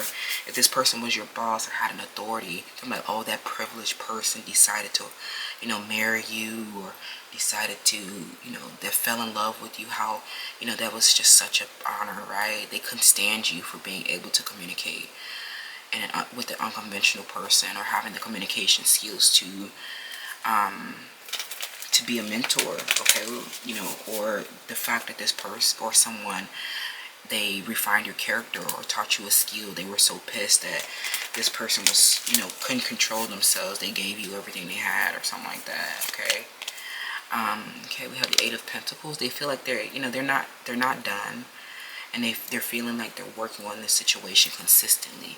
They're working on mastering how to impart the spiritual insight to make you more a part of the world, to draw boundaries in your working relationship. Perhaps some of you, they literally just need to heal more of their mind, body, and spirit, so that they can feel capable and strong, so to communicate with questions that they might receive about your relationship. But they're very dreamy about you, okay?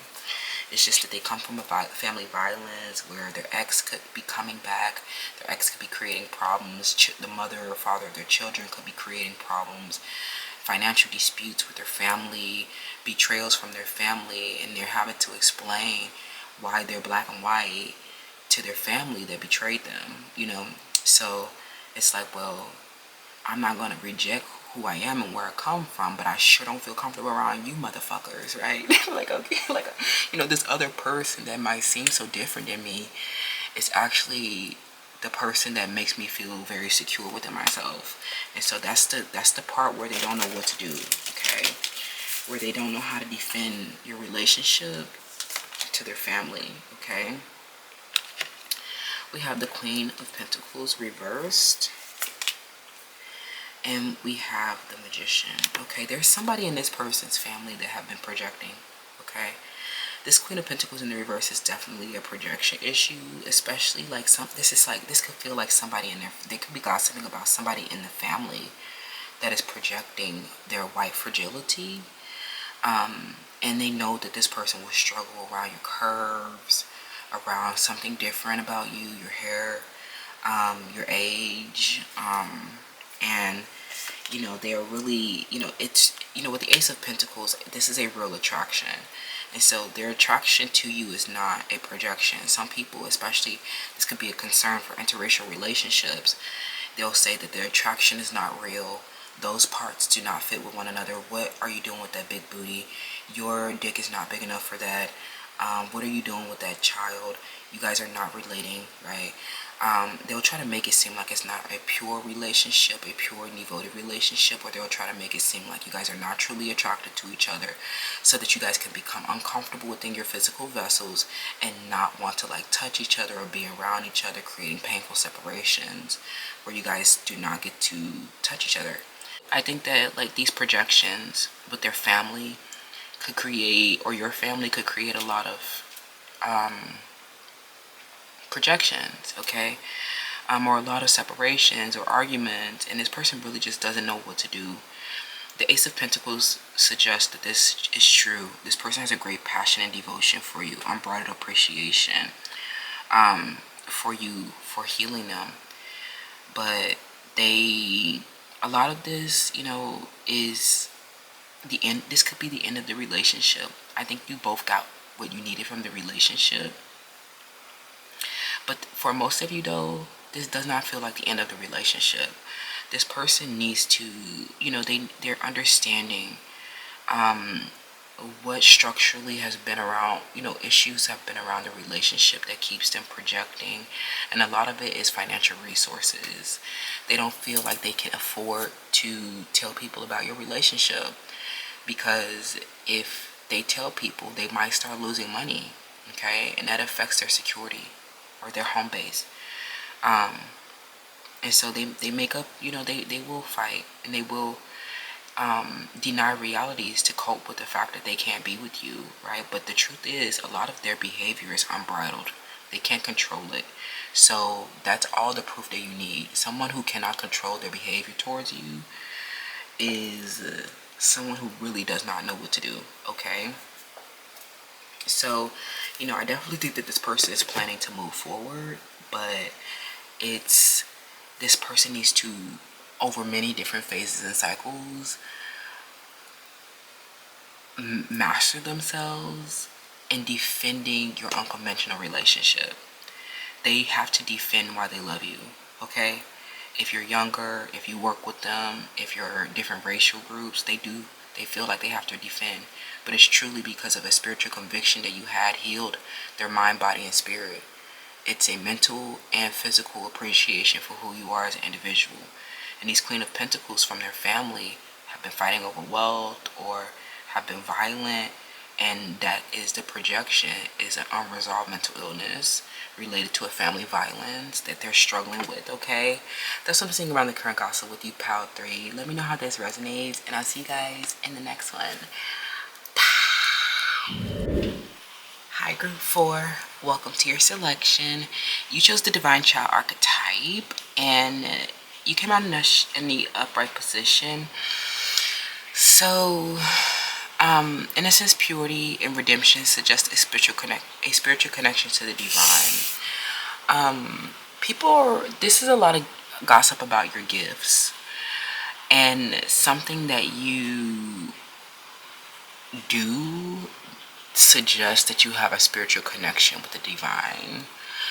I don't know, this is weird. I think that the way that I don't know if this is even like a psychic gift or some like exceptional capability, but it really definitely feels like people see you nurturing, sensitive, and caring, and they know that you're a pure, innocent person.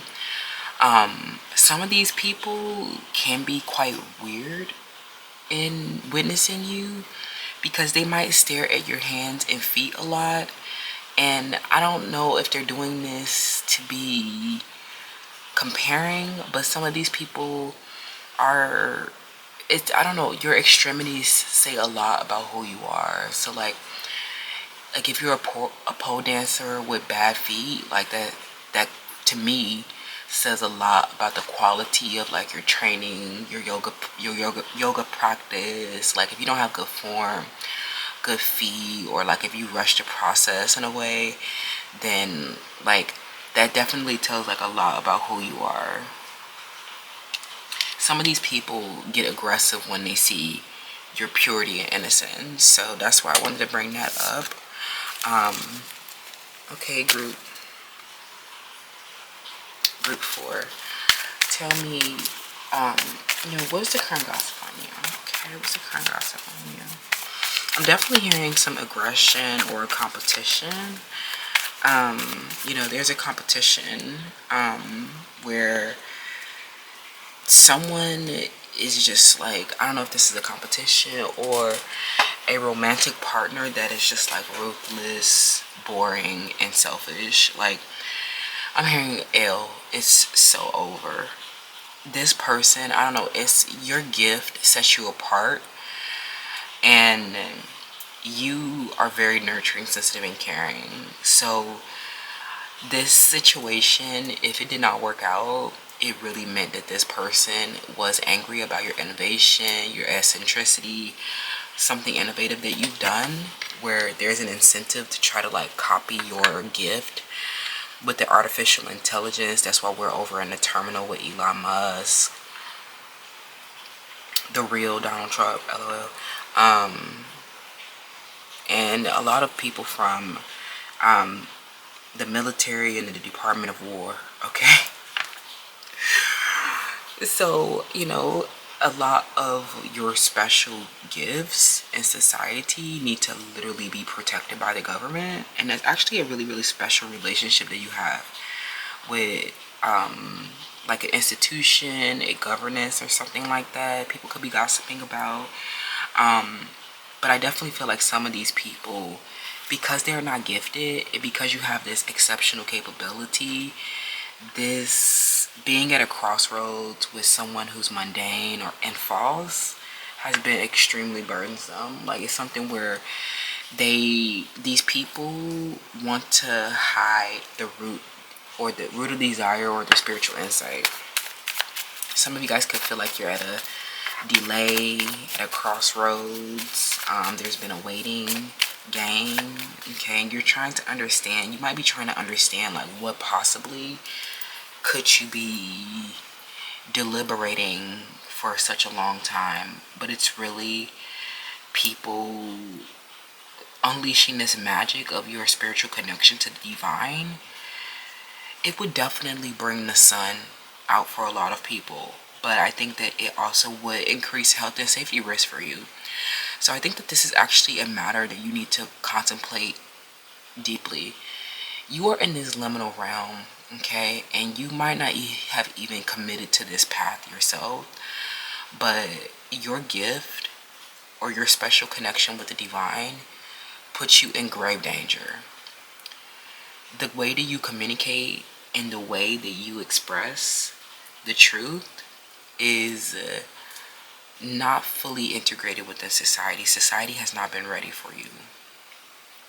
But I think that it attached to your beauty and it just being all this gift and all this special connection to the divine, they know that people will hate you and target you. Some of them are worried about assassination attempts. They're worried about people literally putting you in danger. Unleashing your magical gift and special connection to the divine is not just, oh, they don't want to impart the spiritual insight. They're trying to keep me a secret. Oh, they hate me about something. It's literally a lot of burden being with you with this gift, okay?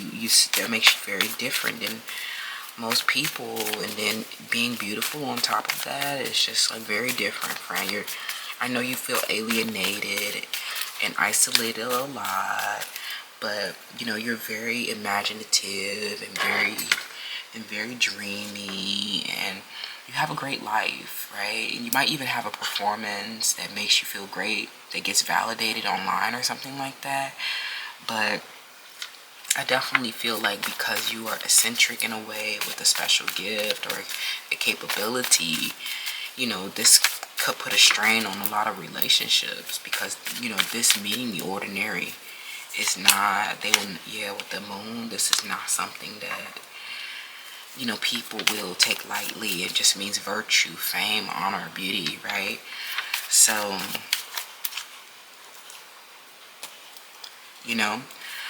a lot of them will just, it won't, being, it could be triggering to them, but being honest and being fair, or being, having, this divine child standard is not something that they are valuing, okay?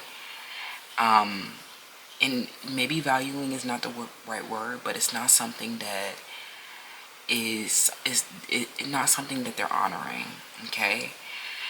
And so it's because you and them will be met with a lot of aggression. It's not because of your beauty.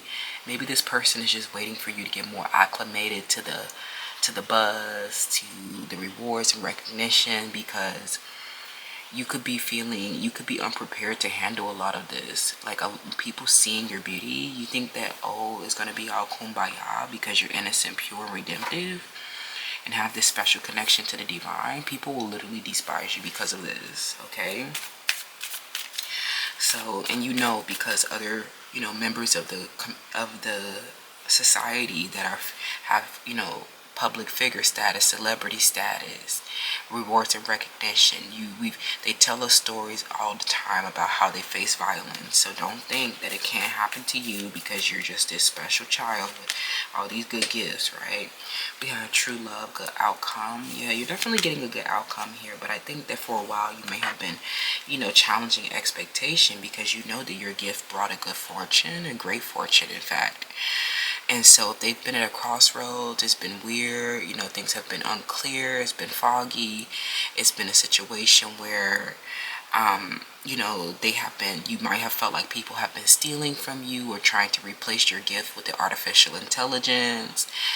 But a lot of people are saying that you are getting a good outcome because you're getting the honor, you're getting the fame and the beauty, and that's a confirmation that you are on the right path. It's just that these expectations that you may have could be a opposing expectation. It could literally be something where you are expecting a workflow to operate in a certain type of way, but it's not like, how things are moving is not how you expected it to move.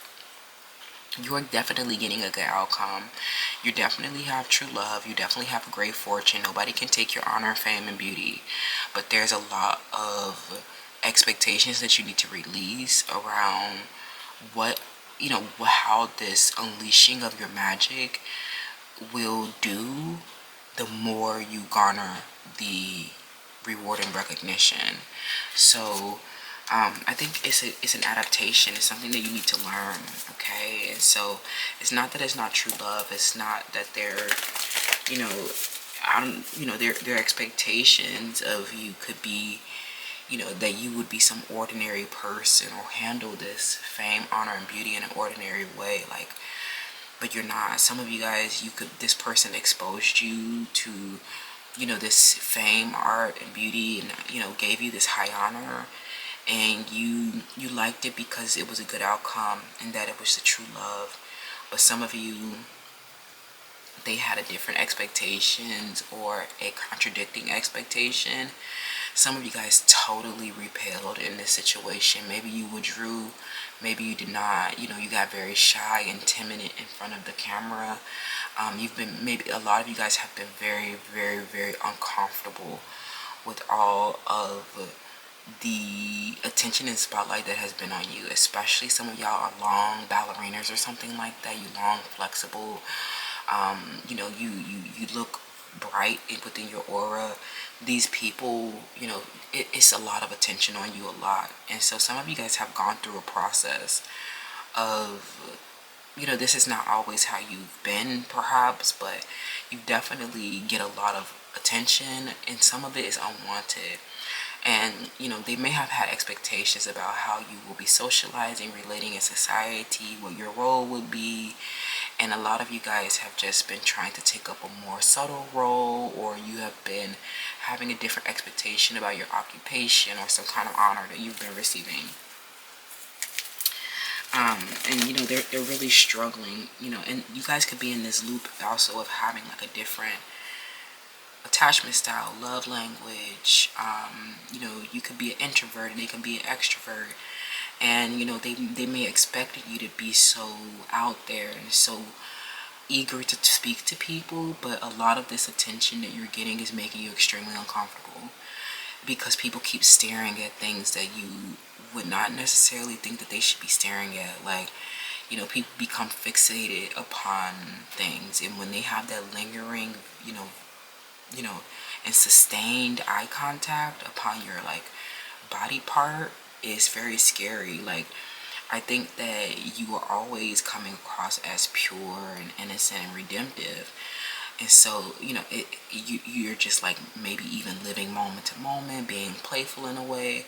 And then there's someone with an unhinged attachment tethering to your extremities, staring at your shoulder, staring at your hands and feet, staring at something. It's like you become a spotlight. And I think that you start to challenge the expectation as to why these people are doing this. And it could be uncomfortable. And I think that the more honor you get, the more you will get comfortable. But I think that in this state, you guys are very pure, redemptive, and have this special connection with the divine. So you're very tuned into the matter, and even on a psychic advantage, you can have a foresight, but maybe like, not fully cleared perspective. But still, you have this suggestion about you that you know what to do, how to do it, where to do it. Does that make sense? I don't know. It feels like you just get a lot of attention because of how you carry yourself. And they become fixated upon how you carry yourself because they see innocence and purity, and they see that light work does not play. Like, that light work really does help you release the energetic disturbances that keep you bogged down. But I think that there's been a big cycle of you challenging the perceptions as to why people could be like tethered to you in this way. Like, why are you fixated upon, my hands and feet, and the way my, staring at my mouth while I take my mask off? Like, what is, like, it's just like a lingering tethering that people could be doing because and some of you guys might, these are not just strangers. These could be people that are like viewing your social media account and honoring you. And that's the good part about it, is it's a lot of it could be positive and reassuring achievements and validations. But a lot of this fame, honor, and beauty that you're getting is from people that's unwanted. And, I think that you have not been fully aware, okay? Or you haven't really been understanding. And me either, friend. I've been stumped too as to why certain tetherings have been happening, why there's a growing discomfort. Like, a lot of you have been, made to feel uncomfortable, unfree, tethered, bound to people who become obsessed with your extremities, like your hands and your feet, or, your body parts, your face and mouth, and just like, it becomes very scary. And a lot of fallout from these interactions with people where you have to challenge their expectations around your beauty. Like, just not everybody can come around your beauty, because you know now, I think, that you could have a violent history, with people who attack you for beauty. And this is actually like really scary, I think. So some of you guys could be choosing to stay anonymous, or these interviews coming up are going to be very uncomfortable, y'all, because, even like riding in the transit or doing everyday activities, there is like this huge cinematic element upon your life where people feel the chronic need to watch everything that you're doing like they're tuned into a new television show. So some of you guys have been freaked out in the public. People could be talking about this, that you're like this divine person. And so you have this ethereal as relationship in life. And so you're not observing yourself the same way others are observing you moving throughout the world. You are a rare beauty is what I'm hearing. I'm hearing a rare love, a rare beauty, a rare success, a rare achievement. Some of you guys, even being fluid is rare, okay? And so a lot of this feels like people who also need to change their worldview. It's like they're not as cultured and traveled and as self-controlled as you. Like, you could probably easily not fixate upon someone's mouth, hair, face, nails, and, belongings. But some people do this and they don't even know that they're doing it. It's like, my sister used to do this all the time. Like, she would be on her phone watching a video or something like that. The music's playing hella loud. And I say, sis, I need your help with something. Sis, like, for like, they will literally be tethered to a screen. Like, they're watching something, but it is like you literally cannot hear, or like you're not fully connected through all of your five senses. Like, this is definitely a sensory experience, because like these people are not fully connected through their five senses, to be like in this situation where they're tethered to your beauty lingering on for a while, okay? I think it really freaks you out when you catch people staring at your feet and hands, because they're just like literally feet and hands. And it's like you're trying to understand what they are like, I don't know, what they're collaborating for based upon your like hands and feet. like it's always someone I'm hearing something about someone making a comment about your shoes, what type of shoes you got on, what type of clothes you got on, and these people are literally, it's like something where you and them could be challenging an expectation, and it just helps them realize that they're an idiot. Some of them, if they're making comments about something in a negative way, you're literally in the spotlight for your fame, like, you know, getting fame and beauty validations. So anybody like, you know, trying to tether to you with a negative response is just like, it'd be a wild dynamic, because you're like in this liminal space where you might have anonymity to them, where they don't know you're, you know, they're not aware of you fully, but they're tethered to your beauty in a way. So they'll try to contrast it or try to critique it. I also feel like, you know, these are people who have really become obsessed with your possessions, and so seeing you looking pure and innocent, it's literally, you have to be a saint. You cannot be a bitch, because some of you guys literally will find trouble having an attitude with those kind of financial securities. Like, you have to be a saint, pal, too. And I think that you are a great person, but I think any response or negative criticism or feedback or flaw within you is super dehumanized and held to unrealistic expectations. Like, so, you know, let's get some more friends. What's the current gossip on you, pal? You know, it seems like a really unfair projection that they make, okay? We have the victim. We have the bully. And we have the teacher. Yeah, I definitely think that, you know, people, when they see your beauty, they start trying to like put together your life a lot, or they start looking for a way that you can teach them some knowledge or express experience, skill, or wisdom. Like, if they're looking like some, I don't know, this could be weird, but just like, for example, women who are masculine or women who don't have proper form on the pole, you may have had to teach them a lot of these skills, and they've just been looking, like, this was common theme in Power 1. It's like they kind of just been looking for you to cultivate their skills for them, and you are, you know, I just would say, if you are not at work or not, like, you don't have to feel obligated to help anybody do anything. Don't feel burdened by, you know, guilt of someone's, you know, expectation that you catch them in. If you see like people, they'll like be looking at your shoes or your feet or the way that your hands, like, you know, a lot of people need to be trained in their etiquette. And so watching your hands and your feet and how you sit and how you eat is like something where they feel that it's an experience that they need to watch to like gain knowledge, you know, skills and wisdom. And I know that you might just like look up and find people watching you eating and watching the way that you chew with your mouth closed, or watching your feet, the way that they, you know, move, and the way that your hands place on certain things, so that they can learn, you know, watching your experience under fame and beauty, with the skill of, you know, fame and beauty, and just like trying to extract wisdom. And you're just like, you know, don't feel obligated to teach anybody anything. Don't feel bad about giving them a strange and bewildering look when they can't stop staring.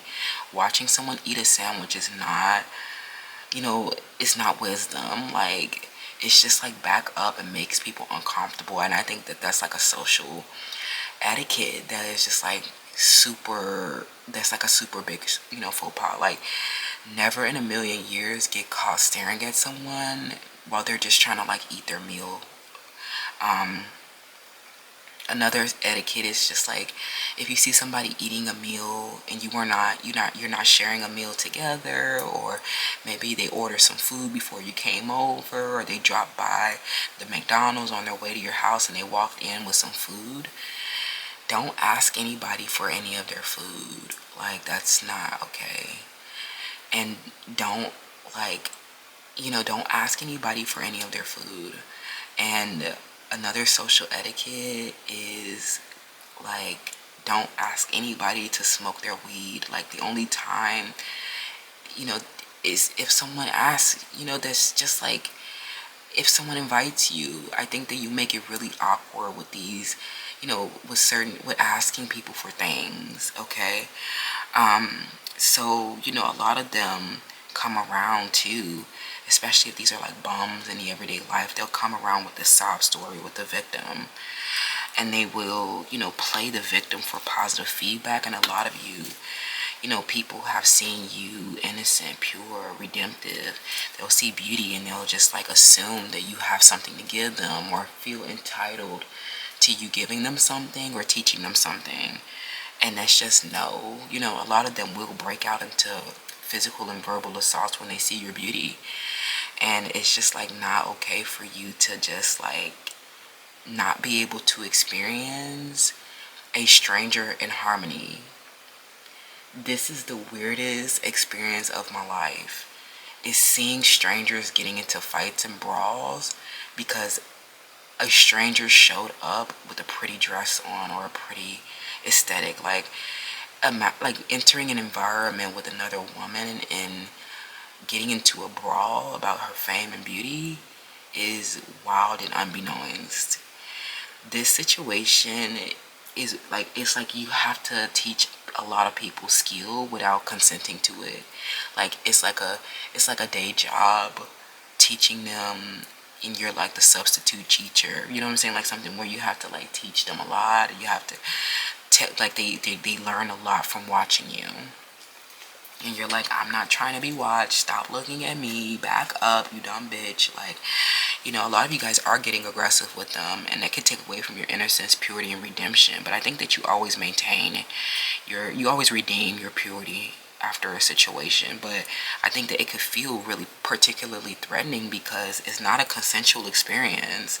It's someone who is not able to maintain a personal boundary.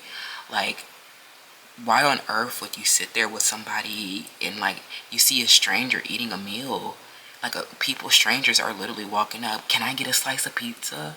Like, no. How uncomfortable is it for somebody to have to tell you, no, you cannot get none of my food?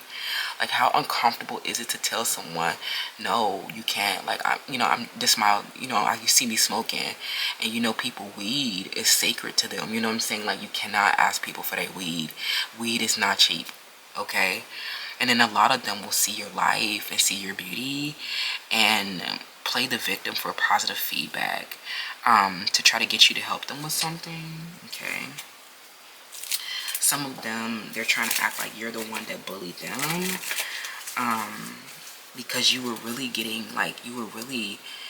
some of you guys, you started to challenge the expectation as to why they were always around trying to experience with you. It's like it's not a consensual experience.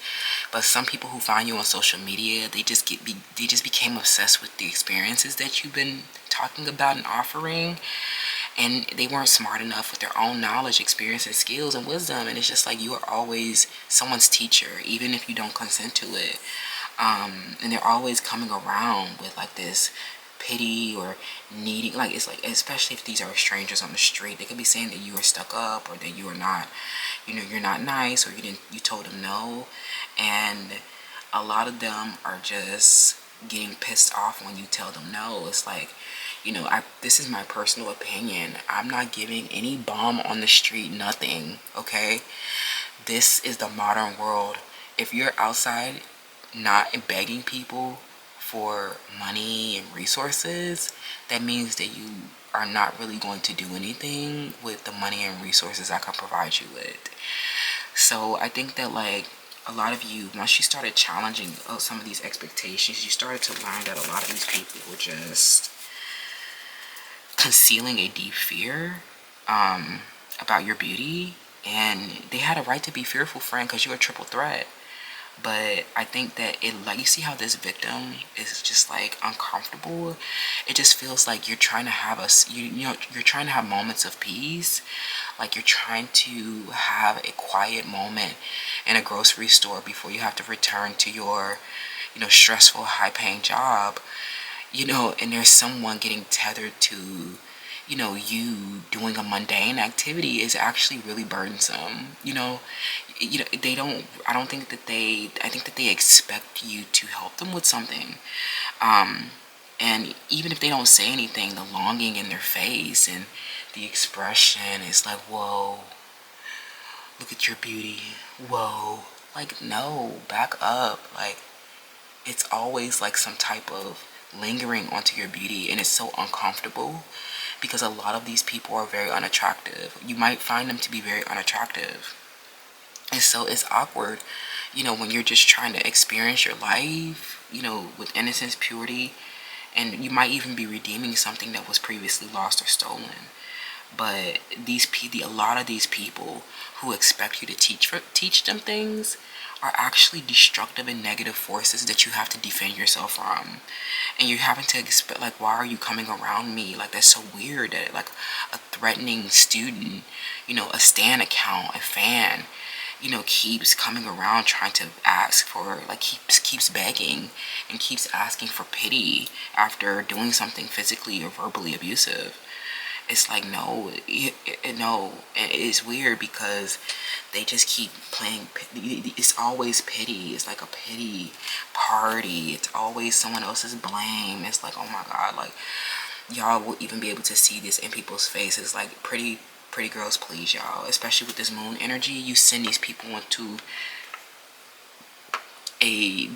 their emotional state where they have varied and unreconciled emotions. When you see someone beautiful and well put together, and you see them with a lightweight step, and that they are carefree, friend. You look so carefree. LOL. But I don't think that you are. Some of you guys are recovering or victims, or you survive. You're survivors, or could have been left victims. Okay, some of you guys were bullied in your childhood. You're a survivor of bullying, and then you get on the bus or you get out into the public and it's like 20 people just sitting there watching you sit. And it's just like, that's a huge burden and makes you so uncomfortable that you curl up into a little ball, because I think that they're expecting you to teach them something, or they're trying to get something from the experience with you, and you're like, I don't have anything to offer you. Okay, I don't have anything to offer you, so stop. The air element. Okay, what's the current gossip on you? They're saying, that you are bullied a lot, and that there are people plotting your downfall. But I think since the good outcome came out, we have Capricorn and Aries energy. I think that since the good outcome came out, people are saying that you survived someone plotting your downfall. Okay. And that you could have been left a victim. Okay. And I think that now that you have evolved through this whole thing, you are a teacher now. And I think that this bullying situation, or this situation where people were plotting your downfall, is definitely in the past. It feels old. It definitely feels old. I think that you're definitely in a redemption mission, or you've redeemed a lot of what was lost from this bullying, an aggressive thing that happened where someone became obsessed with your desire and sex. Like this Virgo, this Cancer, a Capricorn or Aries, or air element, especially an Aquarius. Someone's name is Paige. These people, they saw you on your public reputation, and they just sit there watching you with your public reputation getting honored, right? And it's just like, you're there, I'm sure out in the public, you probably are doing something. I'm pretty sure you are doing something benevolent, and I think that, people relate to how resourceful you are, and how, in certain experiences that you've had. But a lot of these people try to learn from you and then try to compete with you.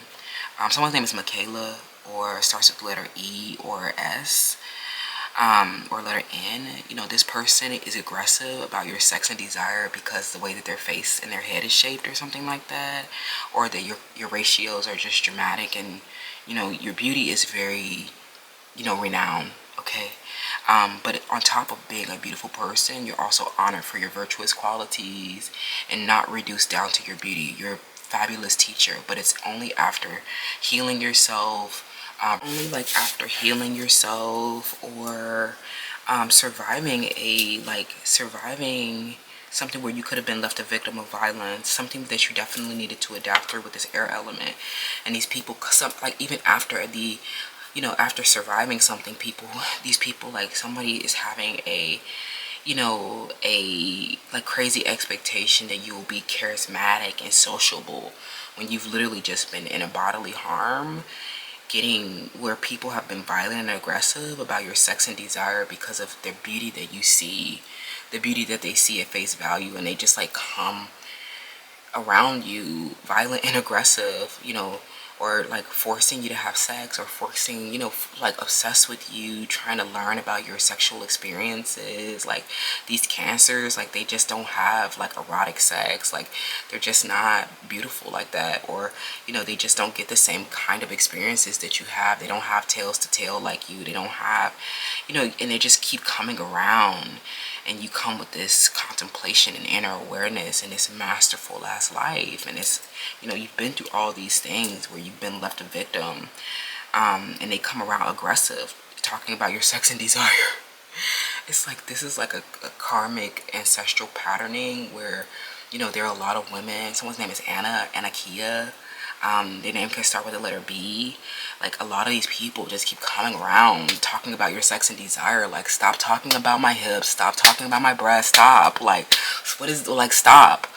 Like, you're here as a teacher, or you're here doing something of a service, and like, you know, you're highlighted for like you are rewarded for your virtuous qualities, and there's somebody getting aggressive because of your sex. Like, this is just like this is getting played out entire. Like, people just like, it's like weird that like people will actually try to plot your downfall because of your beauty. Like, how dumb do you look? You like sorry, like you look so dumb. Like, somebody's name is Anna. Like, when you open up your mouth, we can tell why you were so mad from the jump. Like, you know what I'm saying? Like, it was literally just like doing all this off the face card from the jump. Now I know you're really mad, G. Like, the thing is, these people have been not really having good experiences, and they've been concealing a lot of their fear. And I think that when you started to challenge some of these people around you, especially some of them have been, you know, they've been fake love. You know, they've been keeping a secret. They're plotting against you, their aggression, and your, you know, about your sex and desire. And I think that once you started to question, you know, challenge the expectations as to why they were coming around you, and you started to realize that, you might have started to realize that you were the most advantageous in the environment, and so that you know, you may have recoiled, or you may have like withdrew yourself a little bit, because you started to realize that a lot of these masculine women around you are aggressive. Okay. Strangers too. It's like, you know, you're always expected to like share your experiences, skill, and wisdom. You don't have to share anything with them hoes. Okay. They keep looking for a way to like knock off your life. Like, stop looking for a post from a year or 2 years ago. Like, you still stuck on last year's combo, you dumbass bitch. Like, these bitches are so dumb, y'all. Like, you're just their teacher, and they're behind the scenes aggressive. Like, no, I'm not teaching you. And people, I'm hearing some men are coming around trying to, like, acting like, you know, trying to expect you to be so, you know, eager to teach these idiots. Like, no, I'm not teaching at Goblin University. No, I'm not goblin maxing with your ugly ass children, your ugly ass family, your ugly ass ex-partners. No, I don't have to, I'm not required to do any of that. Tell them past 4. I'm not required to do anything. It's like some of you guys are literally victims of harassment, violence, or bullying. And you may have become a teacher, but there are places where you have been expected to teach, or expected something. You know, they have unrealistic expectations of you when you're literally a victim. Some of you guys are still in an emotional crisis, and they're having like these unrealistic ass expectations. And you're like, no, like, I have a real fear. Like, if you see me cussing and fighting, it's because I'm literally scared for my life, that you are tethered to my feet and my hands. Like, stop. Like, what are you learning from my feet and my hands? Like, how to walk? Like, I'm confused. Like, it's like you can't even get comfortable because there's somebody around tethered. Like, it's so weird. And I feel like a lot of this you've had to adapt through, because you are coming into a fame and recognition, and some of this is what you want, but you are still healing from some traumatic experiences where someone tried to plot your downfall, and you had to get really assertive and became their leader. Like, some of you guys literally became law enforcement on their ass because people kept trying to bully you throughout your whole life because they saw innocence and purity.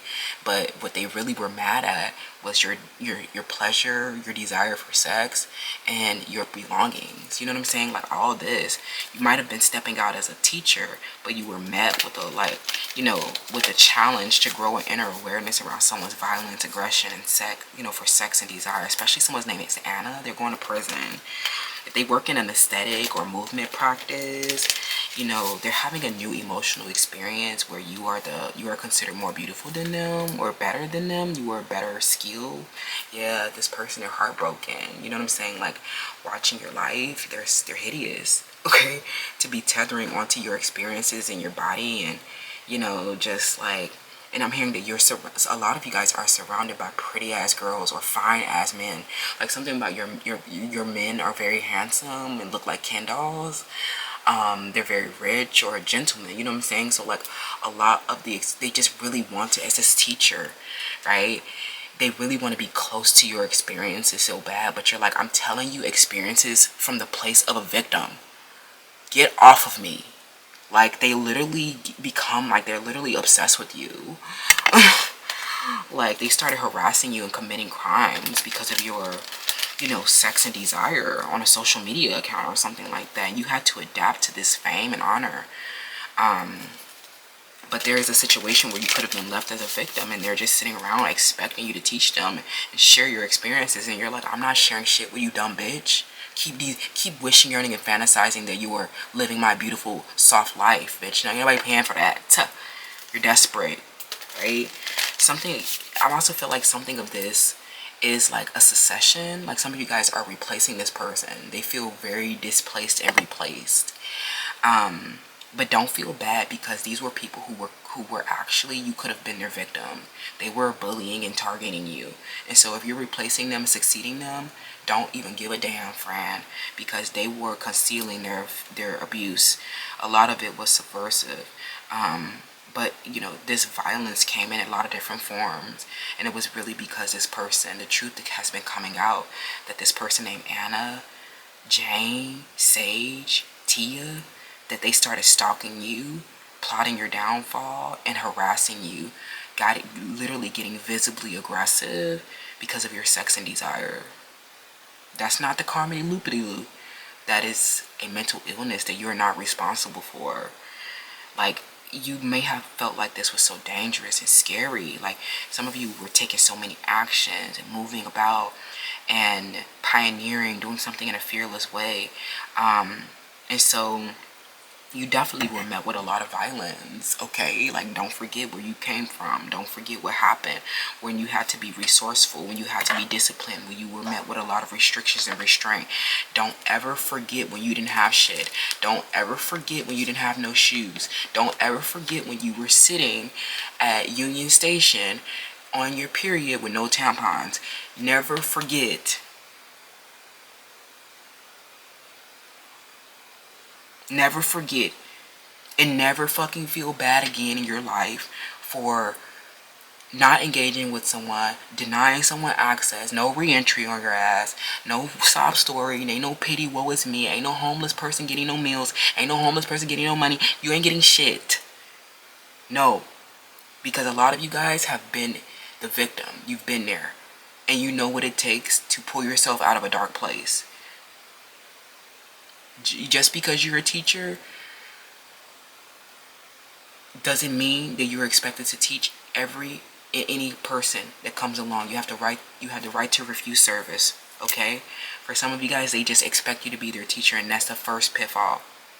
A lot of them, they knew that you would be a better teacher than them, and so they did not want you to be able to display these skills because they wanted to be destructive teachers.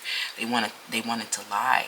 They wanted to put up optical illusions. They knew that your skills would show everybody that they were a catfish, that they were an edit, that they didn't really have any more combos. They keep doing the same dance moves and combos and keep doing the same thing, and everything is very dry. Okay? You're not into that.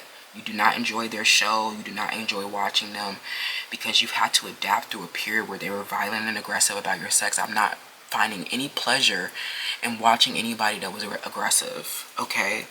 Like someone staring at your feet on the bus can be very triggering. You know what I'm saying? Like why are you sitting there for just like, oh my God, like literally it'll be long. It'll be like 10 minutes. Someone's sitting there staring at like your feet and hands and your shoulder blade, and you're just there sitting there like, can you stop? Like, what are you staring at? Like, you can't even move without somebody getting mad. Okay? And the way that you spin on that pole or the way that you move, you know, they know that you have a true skill and that you don't run out of combos, you don't run out of shit, and you don't have to feel bad about it because you know how it feels to be bullied and victimized. You were met with violence and aggression, and it was at no fault of your own. So anybody, you're so mastered now. A lot of you guys know how to handle this a lot better, but some of you guys are still growing an inner awareness around the tethering that people are having, and you're just like, you're watching them, watching you challenge the expectations of what you could possibly be getting from this interaction of staring at my shoulder. What could you possibly be getting from this? Why on earth would you start harassing someone across state lines, targeting their lockers, targeting their properties, targeting your possessions because you become obsessed with like their possessions? Like, imagine like breaking into a locker, you know, from a social, you know, from watching someone landmark their location on a social media account, getting tethered and glued to them, and started committing crimes or doing something aggressive because they were, you know, because of their sex and their desire. I'm looking at the cards and I'm trying to figure out how to put 1, 2, and 3 together because I'm really still trying to calculate why you did this. Some of these people are going to prison for attacking you. Okay, literally your life have been endangered in a lot of these situations. Okay, someone conspired. There was a RICO racketeering. Some of that, a lot of it was a violation of your 4th Amendment rights, your 1st Amendment rights. Some of these things have unsecured you from your home, your possessions, your identity, have literally been traumatizing events, and people keep coming around. You know, they don't know, some of these people don't know that you're a victim, you know what I'm saying? And they just keep coming around with the expectation of something. You know, no matter whether, if you know someone's a victim or not, staring at someone for 20 minutes and the way that their feet places on the ground is strange. What you're looking for is an etiquette class that you can't afford. Not here, okay? Let's wrap.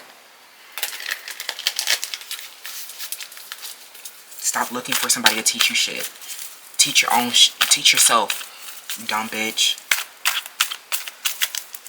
They be a clean op coming around looking for a lesson. Go to the library and learn a lesson.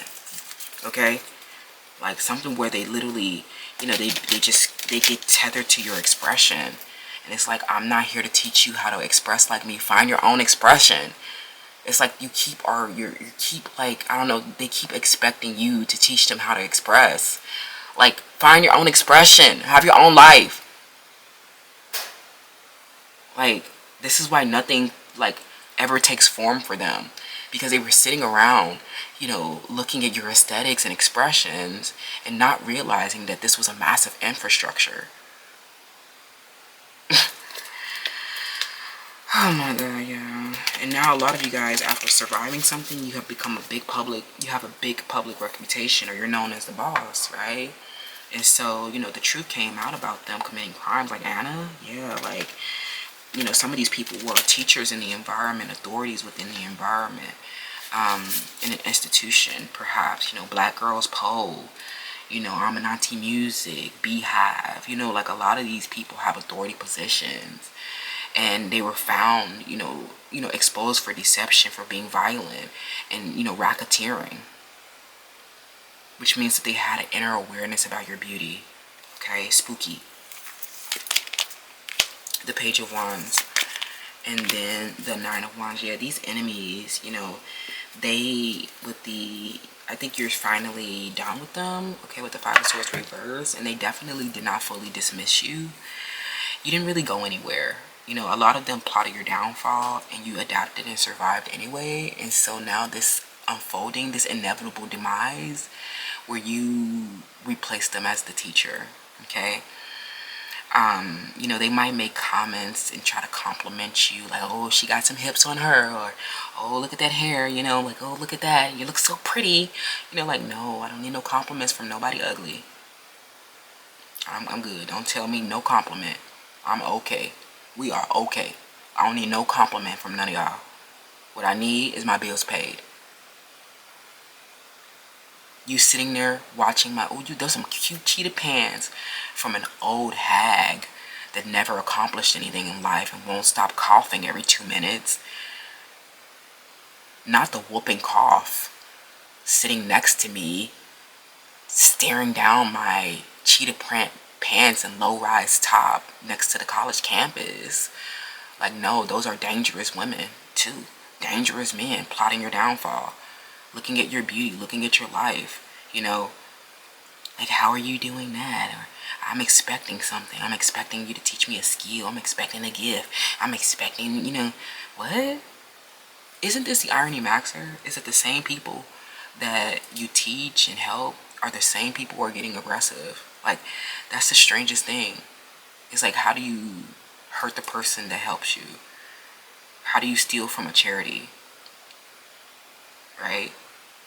Somebody stole your bowl or something. I don't know, something where somebody stole your bowl. But the truth, I don't know, something where you guys could be, you literally, you know, the gossip on you is that this person, you know, you survive a plotting against you, okay? And that these people just sit there, you know, after plotting against you and being violent and aggressive, projecting your image. Like, it's so weird. They're saying that you survived their attack.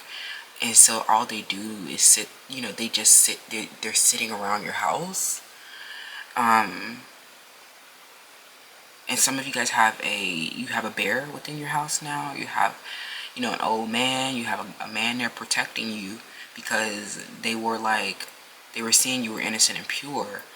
And, you know, these people, they knew that would mean that people would want you to fall, or people would want to make you, that would want to get aggressive with you, you guys. You know, the gossip is that a lot of these women, they're calling their ass by name, lining them up, and, you know, checking a list and, you know, making a list and checking it twice around these people that you were teaching skills to. They might have been previous teachers, so they might have been fighting for influence. And how ridiculous they got. You know, the more your stomach flattened out, the more you got cute or something like that. You know, the better you got, the more ridiculous it became, or the more you know, I think that you got your good outcome. But I think that this was all, you know, they were attacking you for your desire and sex from the beginning. So it must be terrible now. Okay, it must, their anger must be terrible now. Okay, I think that something actually has been, you're a very rich girl now, you have a great fortune now, but I think that it was after you survived something. And, you know, a lot of people don't know that you're a victim or trauma survivor. So watching your beauty and watching your life could feel like a surreal experience where they might project privilege, entitlement, and all kinds of things that are just not real with the page of wands. Okay. And these people, these are not lessons that you can teach them in one night about why you are. These are not lessons that you can teach them in one day. You have to, like, sit down with them for several months, you know, to release them from aggressions, you know, about your sex and desire. And so a lot of times, just opt into not saying a damn thing. I'm not going to explain to anybody why I'm desired for sex. I'm not going to explain why I have a nice life and a good career, because I worked for it and I survived an attack on my life. I adapted, and I don't feel bad for it. So no, you can't get no money for no food. You can't get no cigarette. You can't get shit. Okay? Thank you so much, Group 4. Let me know how that resonates, and I'll see you guys in the next one.